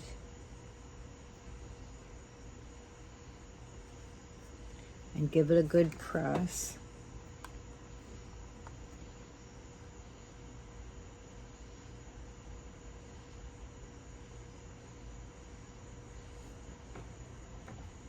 Now this is going to be the end that will be going between the D-rings so that you can adjust. So this is going to be the closed end. So we're going to stitch across on top of our previous stitching, and then stitch a scant 1/4 of an inch all the way down to the very end. You don't need to close this up because this part, these raw edges are going to go into the seam.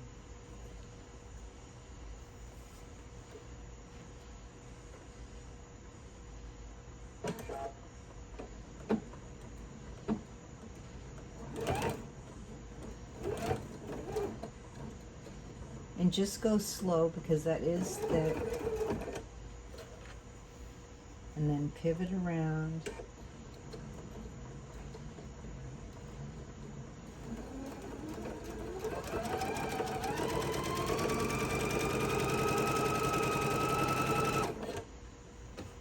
I just always slow down when it's really thick.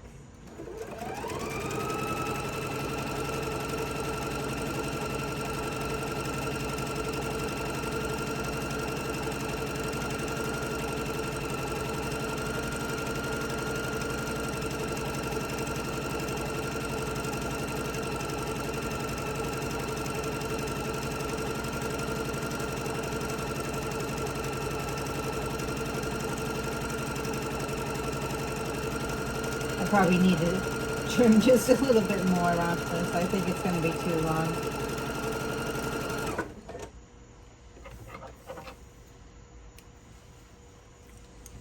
It's so hard to tell.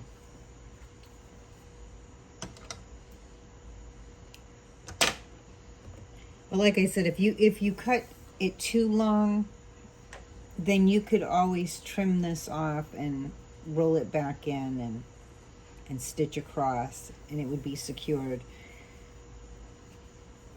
And I'm just going to recheck it.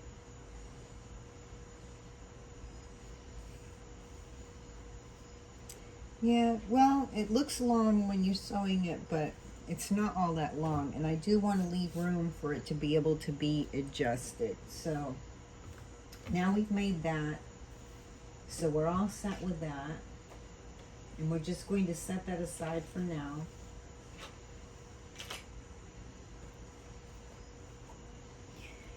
And so for the straps for each side in the back, I just cut 2.5 inches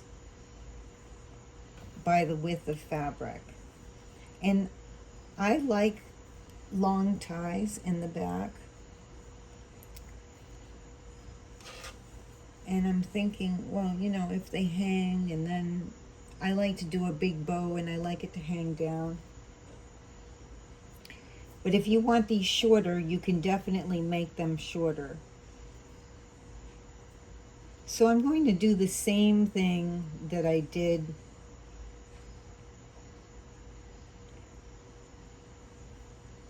where I sew across. I'm going to sew across the bottom, and then I'm going to sew all the way down the side. And I'm not creasing this in half because when I give it its final press, I'm going to want that seam to be in the center of the back of the tie. So I'm going to sew this a scant 1/4 inch across here, and then all the way down to the very end, folding it as I go. And I'm just going to leave this end open. Then I'll be able to turn it, give it a good press, and then I'll have the tie for one side. And then you're going to do the same thing to the other one. So you'll have a tie for each side. So go ahead and sew that. Just sew straight across. Only one end. You're going to leave the other end open. So you're going to stitch straight across. Make sure that you get right here all the way catching. So just do a reverse and come back so you don't have a little gap in there. Sometimes if you don't sew all the way, then you end up with a little tiny hole in there, and that can muck it up later. And then sew all the way down, folding as you go until you get to the very end, a scant 1/4 inch, and then we'll come back and we'll turn these. So now we have both sewn a 1/4 inch across the top and all the way down the side. Now I did trim these down to 36 inches long. That will give plenty of room to tie it and do a small bow in the back, and it will look pretty. I think you'll get a good sized bow out of it. This isn't overly wide, and I'll tell you that's because I was running a little bit short. So I'm going to take my tube turner, and I'm just going to keep scooting this down onto that tube.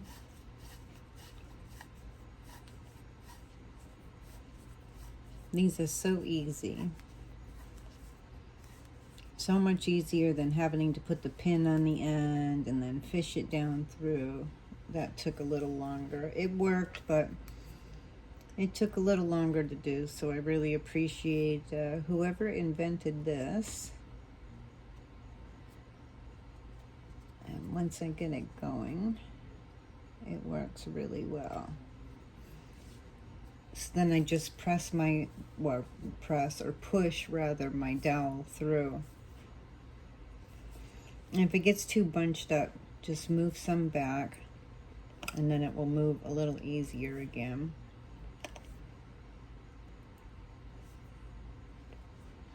And once I see it coming out this side, I can start to move some of that down, and let me see, maybe it's bunched up.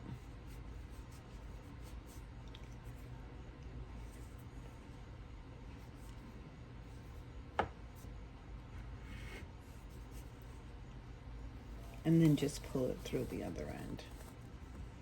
Whichever way works for you to turn your tube is perfectly fine. The thing that I like about this though is that my dowel is still up inside. So I can use my dowel to push out my corners. And then I'm going to use the edge of the end of that dowel as I come down through to press up against my seam, and I just hold the bottom of the fabric and let that dowel run right up against your seam, and it pushes the seam out, and it makes it so much easier when you go to press for this to come out nicer. If I had to fiddle with this to get the seam all nice and pushed out and straight for pressing, I'd go crazy. So I like, and I never used to like to make these. Not that it's my favorite thing to do, but it's a lot easier than it used to be. So I just continue to go down through, get that seam pressed, pushed out.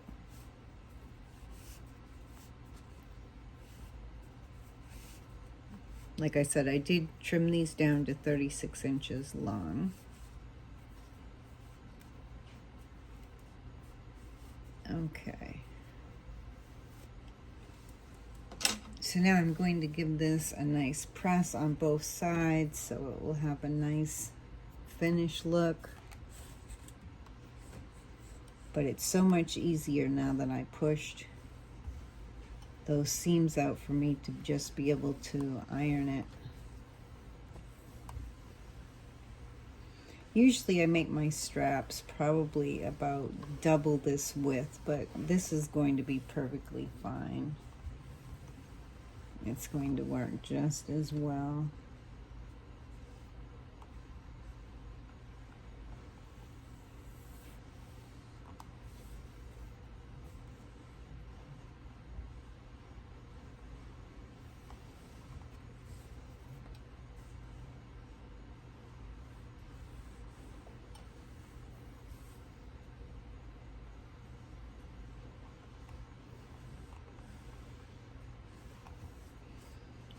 I'm going to give my other side a quick press.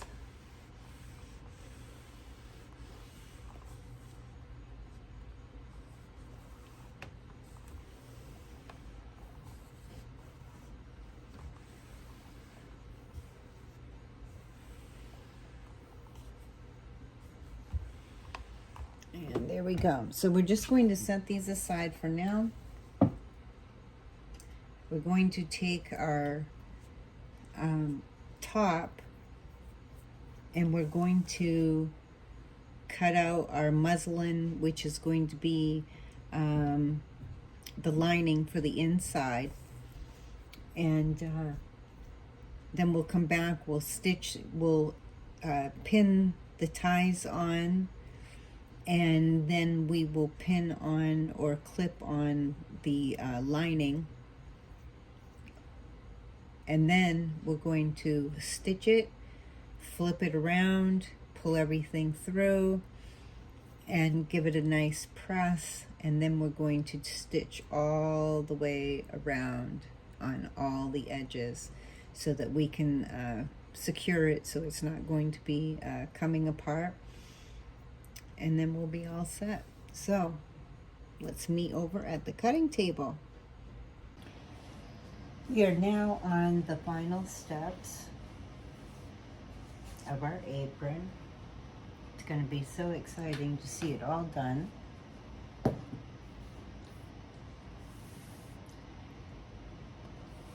So I have the muslin folded in half and the apron folded in half. And you want to line up your folded edges together.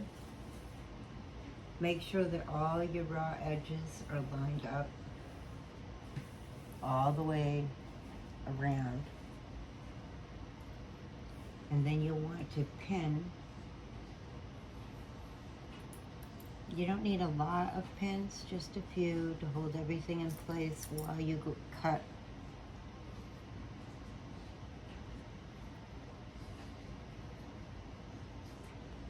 your muslin out to match for your backing.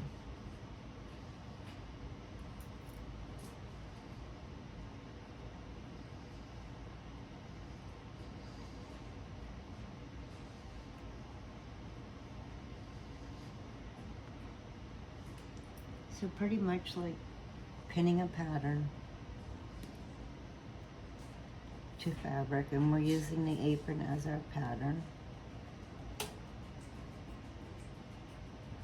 Okay, let me grab my scissors.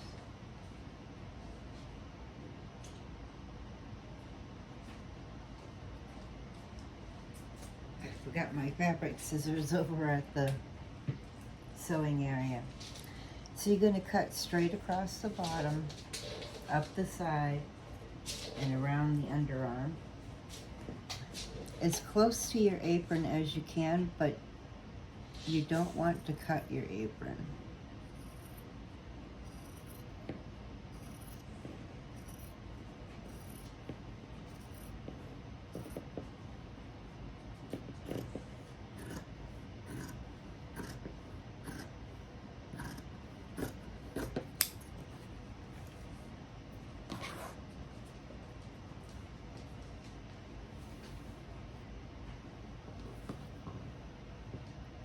Sorry about my arms getting in the way.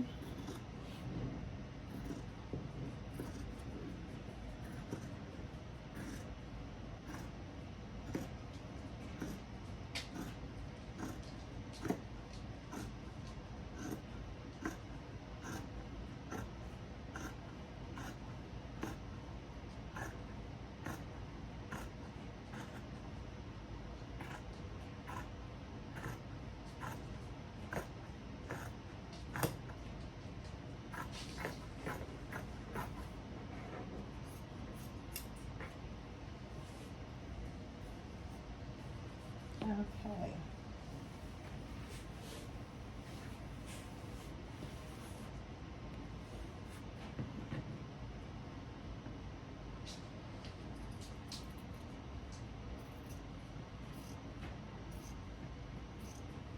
Now, once we get this part cut out, I just want to concentrate so I don't make a boo-boo. It'd be awful to make a boo-boo now.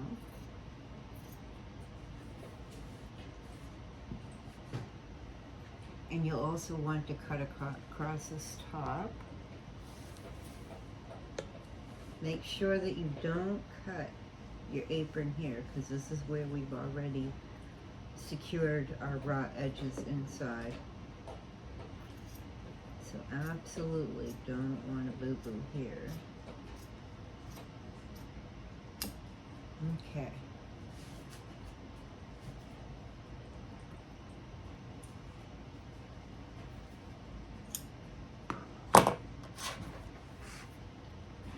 Now you can go ahead and take your pins out.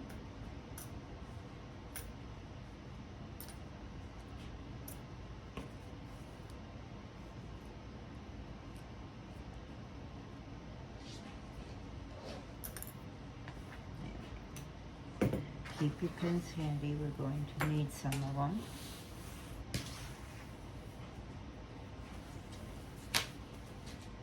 Now I'm going to leave the muslin folded for the moment and just set that aside.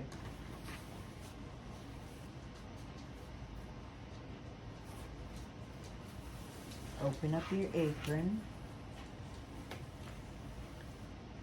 Now we already pinned our loop that's holding our D-rings, and these, let me see what size those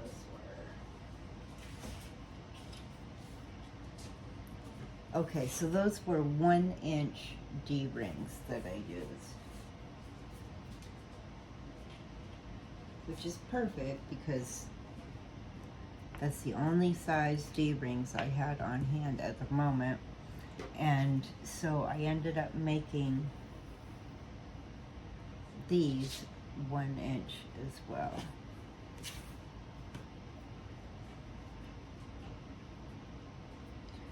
So your finished end is going to stay out, but we will want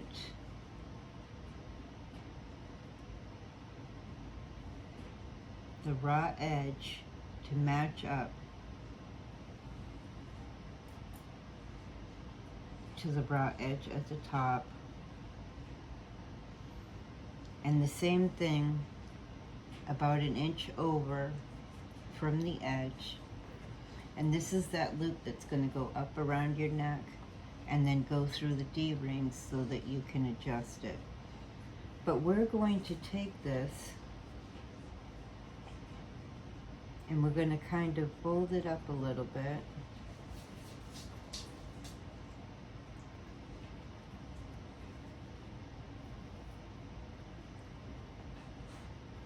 And we're going to pin it to the front down in here. I'm going to put a pin here and 3 pins down here because I want to hold this completely out of the way of any sewing that's going to happen. I don't want any part of it to get caught up in the seam except the very top that I need to go in my seam. So I'll just pin this down here so it stays out of my way.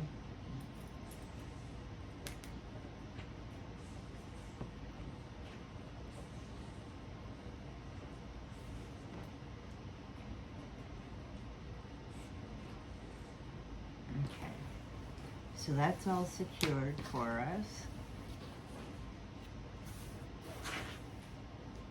And I'll give you a better view of that in just a moment.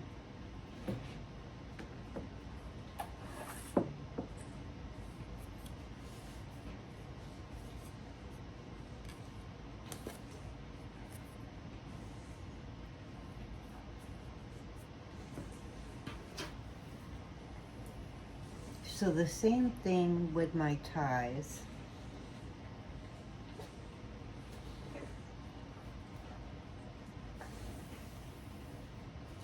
I'm going to have my seams pointing downward, and I'm going to go from that very corner here, let me see, down 2 inches, and that's where I'm going to pin this tie.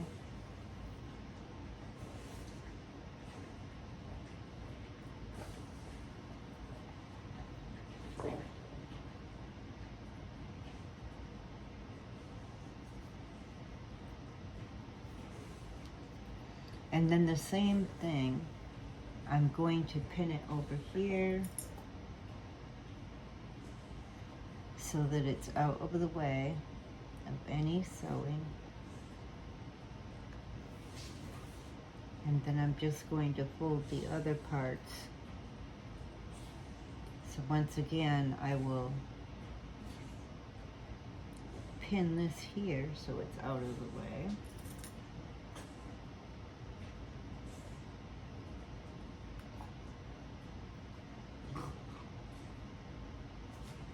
And this just keeps it all so it isn't falling down at you wherever you're trying to get your seam put in. And once again on this side, make sure I did that at 2 inches. Yes. So I measured down 2 inches and then placed my, and it's off by just a little bit. So I'm going to set the ruler to the side. And it was off just a little bit, not a lot. Okay. And the same thing over here.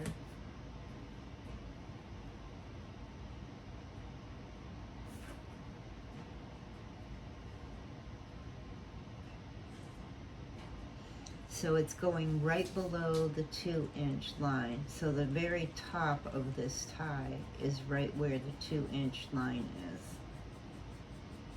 And I want it to be nice and straight.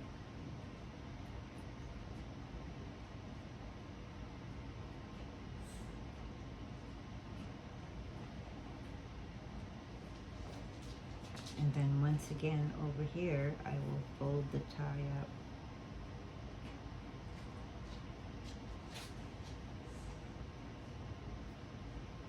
And I'll put 3 pins in here so I can secure this and keep this out of my way.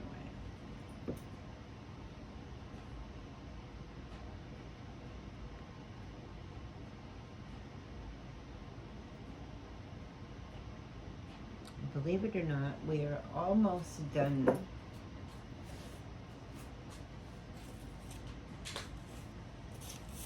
I'm dropping stuff.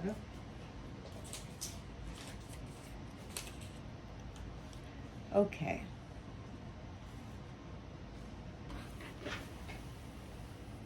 So you can get a little bit of a closer view. I have my tie on both sides pinned and then pinned into the center so it doesn't get in the way of any sewing. And then the same with the top. We have our loop that we created, put our D-rings on, made sure that it's pinned close to the D-rings so they stay out of the way, and pinned up here. And then we have the piece that's going around our neck, pinned here, and then secured down in here. So nothing's going to fall in the way when we're sewing.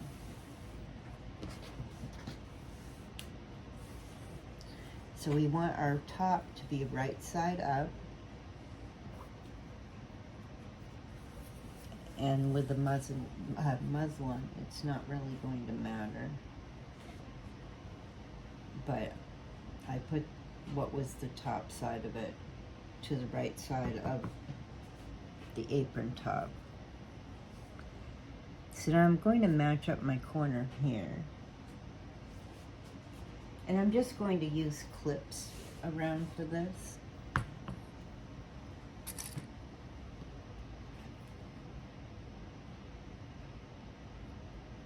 And I'm just going to match up the raw edges.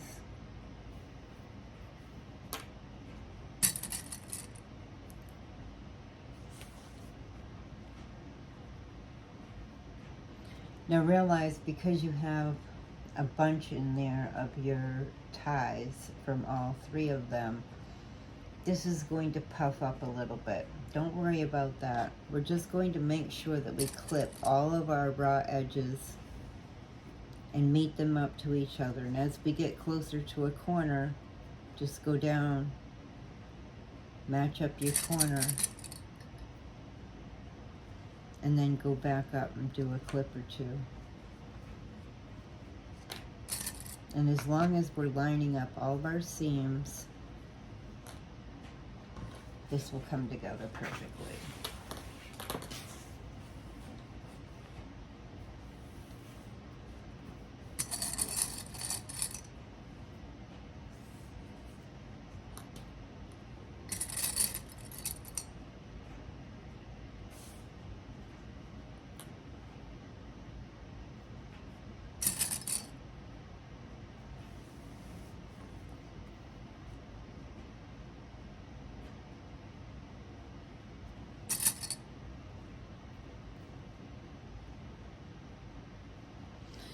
I know at this point I'm getting anxious to see the apron all done.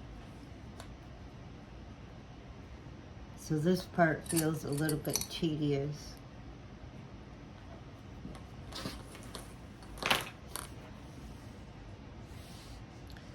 But we do need to clip it together so everything stays together as we're sewing around and matches up. Really nice. Now we'll be leaving a gap at the bottom, about 5-6 inches, that we aren't going to sew. Then when we're all done sewing, we will use that hole down there to reverse this around so that it's on the right side. And then we will press it really, really nice. And then we will do our final stitching all the way around, which will close up that opening.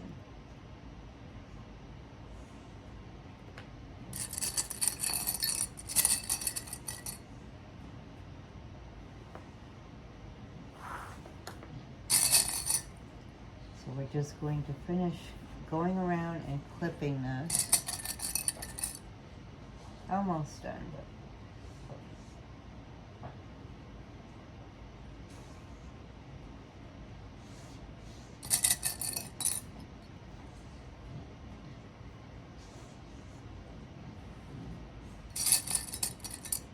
I think this is going to be so cute.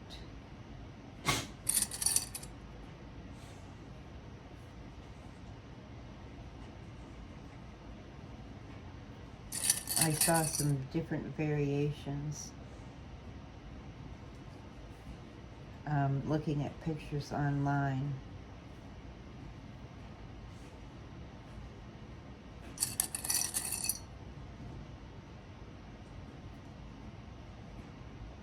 But all I had was pictures to go by. I didn't have an exact pattern, so that's why we used the one that we're using, so we could get the top part at least, and from there we were able to improvise, I feel like, really well.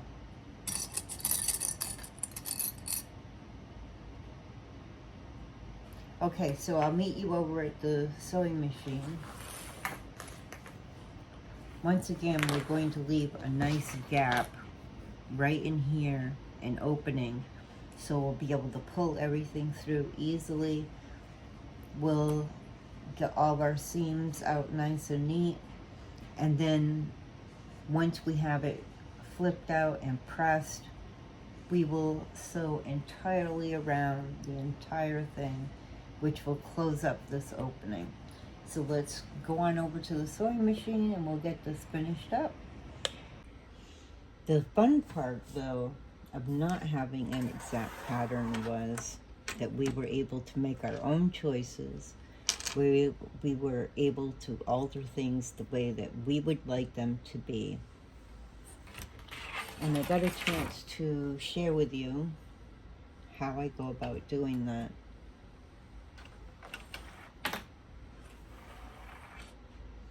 So I'll be excited. I'm hoping more of you will make these and share them, because I'd like to see how yours came out and your creativity. No pressure. Okay, so remember, we're leaving a gap open at the bottom so that we will have space that we can pull everything through and turn it right side out. So we want needle down. I'm doing 1/4 of an inch all the way around until I come to the other side, leaving that gap open. So I'm starting to the side. I'm going to secure my stitches so that as I'm pulling this all through, that we're not pulling our stitches apart. So we'll just go forward, reverse 3/4 stitches, and then go forward.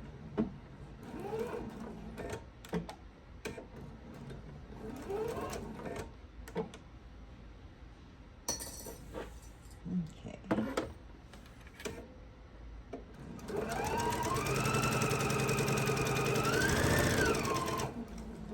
Now when we get to one of the ties, we're going to slow down because it's going to be thicker there, and we don't want to bust any needles today. And just watch your raw edges as you go around, that they're staying matched up. And you'll stop at about 1/4 of an inch from the edge. And then pivot.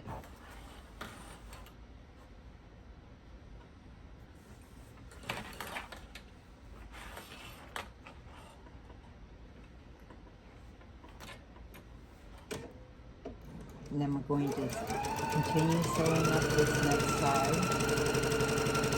And like I said, when we get to that tie, we want to make sure that we slow down.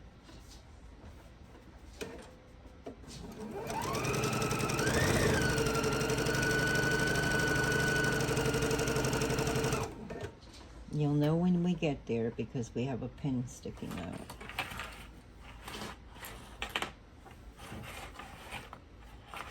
It's a little bit heavy in the middle because of all those ties being pinned in there.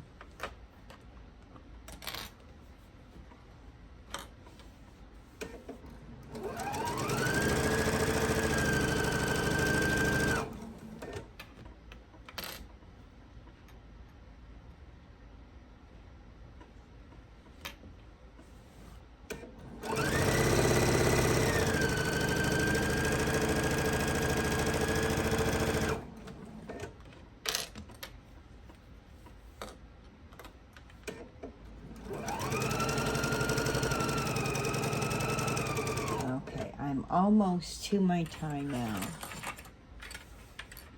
So I'm going to hold that tie in place with my finger. And I'm going to slip that pin out because I want to make sure that I don't sew over the pin.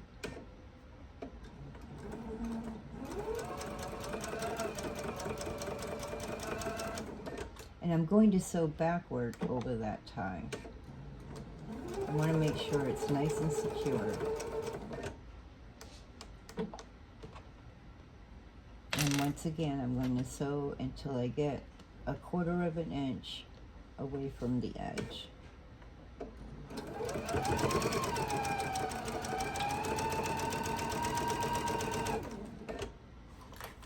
And then just pivot again.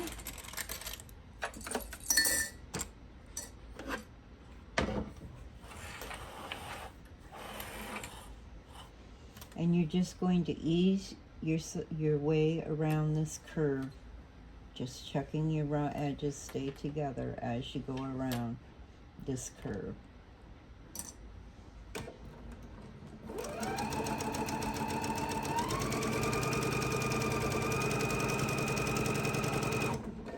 It's not a deep curve, but still.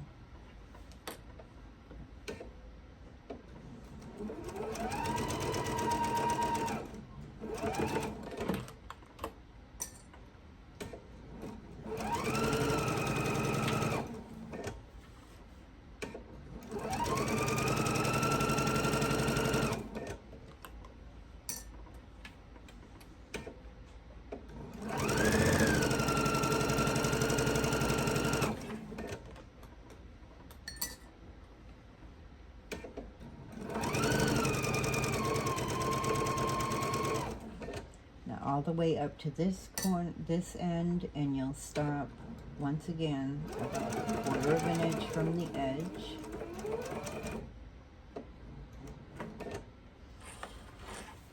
And you're going to pivot, and as soon as you pivot, you're going to be just maybe 4 or 5 stitches away from your tie. I'm just going to hold that tie down again with my fingers, take that pin out, and I'm going to sew across where the tie is, and then I'm going to reverse,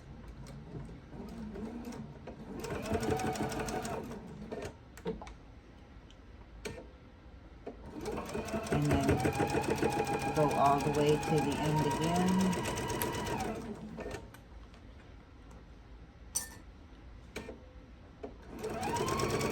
When I get close to that tie, well, it's the loop that has the D rings, I'm going to hold that in place,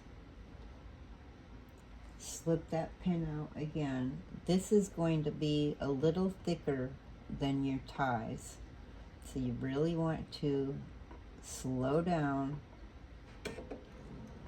when you get up to there.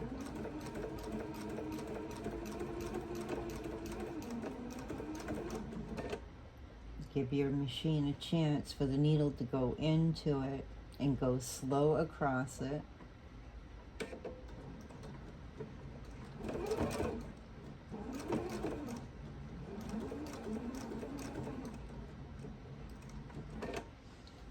And then once you're at the end of that loop strap, we're going to reverse over it. Just go slow.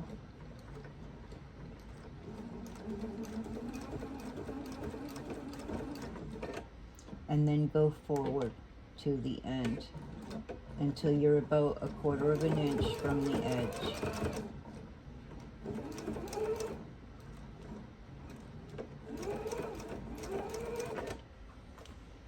And pivot, and we're going to go down through the shoulder area. So we're going to continue to sew down through the underarm area, not the shoulder, to the end, stop at when you're 1/4 of an inch from the edge, pivot. Remember, when you get to your tie, hold on to it, slip your pin out, go slow over it, reverse, go backwards, go forward, sew all the way to the end of the side. And remember, you're going to stop right here. I'll move my clip over so I remember where I want to stop. And I'm going to leave this opening right here, and then we'll turn it. So go ahead, finish your sewing, and then we'll come back and we will pull this right side out. Now, when we're at the point that we need to stop and leaving our opening, we want to make sure that we secure our stitches again.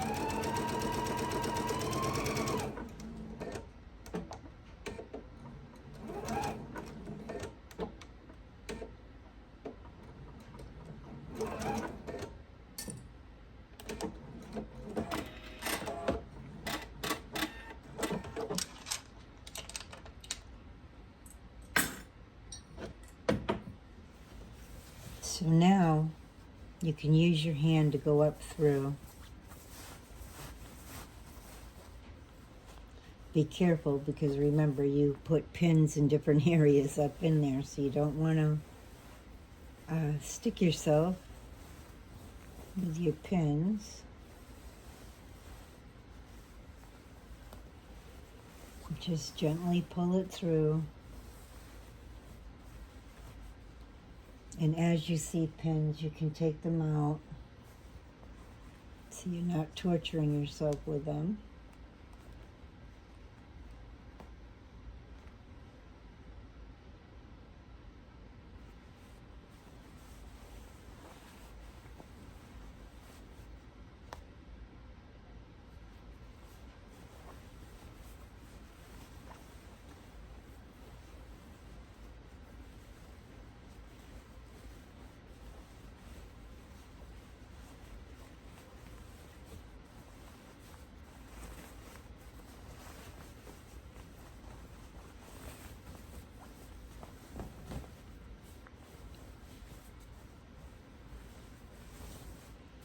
Okay, let's get the rest of those pins.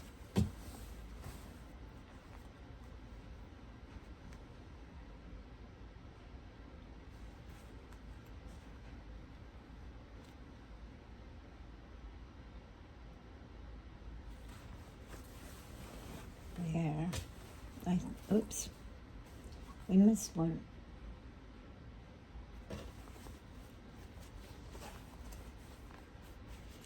Oh, and then there's the one up by the D-rings to pull out.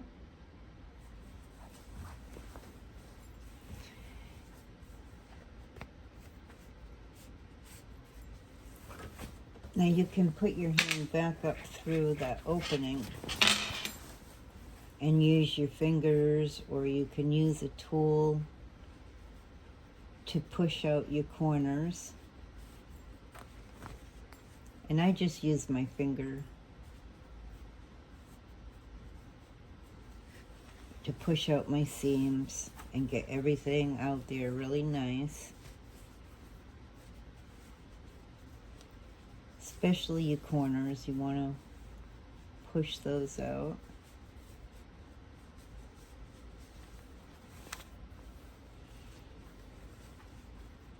And I try to press the seams a little bit with my fingers after I pushed them out with my hand that's inside.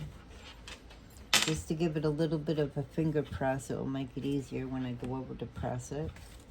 Oh, it's already looking so cute. And the same thing, just run your fingers down through the underarm part, over by this tie. There's a little corner there at about almost 2 inches up from the tie. And same thing, just sort of finger presses together. It'll look nice after when you do the press around it with your steam iron.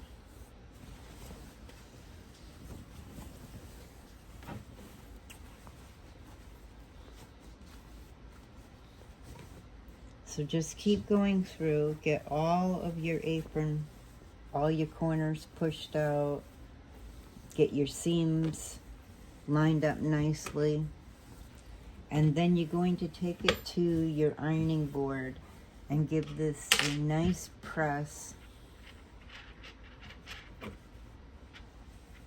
Get everything looking really nice and pressed, and then we'll come back and you're going to stitch the finishing step after you get this all pushed out from the inside, all turned around, all your seams nice and neat. Press it. You're going to come back and you're going to stitch 1/4 of an inch around the entire apron, all the way across the bottom, all the way up the sides, all the way up the underarms, across the top, and just go all the way around and stitch it. And then we will come back and I will have my model it for you, and we can see our final project. And you can make different decisions and make yours individual. But I think this is going to be cute. I'm so excited to see it. So I'm going to head over there. I'm going to give it a really nice press. I'm going to come back and do my stitching around, and then I'll show you what it looks like. So this is our apron all finished. Trying to get the whole thing in the camera for you so that you can see it. So I think this is going to work really well with the D-rings and the tie going around. I probably would have made it shorter, which you can still cut it, like I said, and fold it in and finish it off if you want to change the size of that tie. I think it came out real nice. Has a nice finished look to it with the top stitching. We have our little loop here for the towel on the side.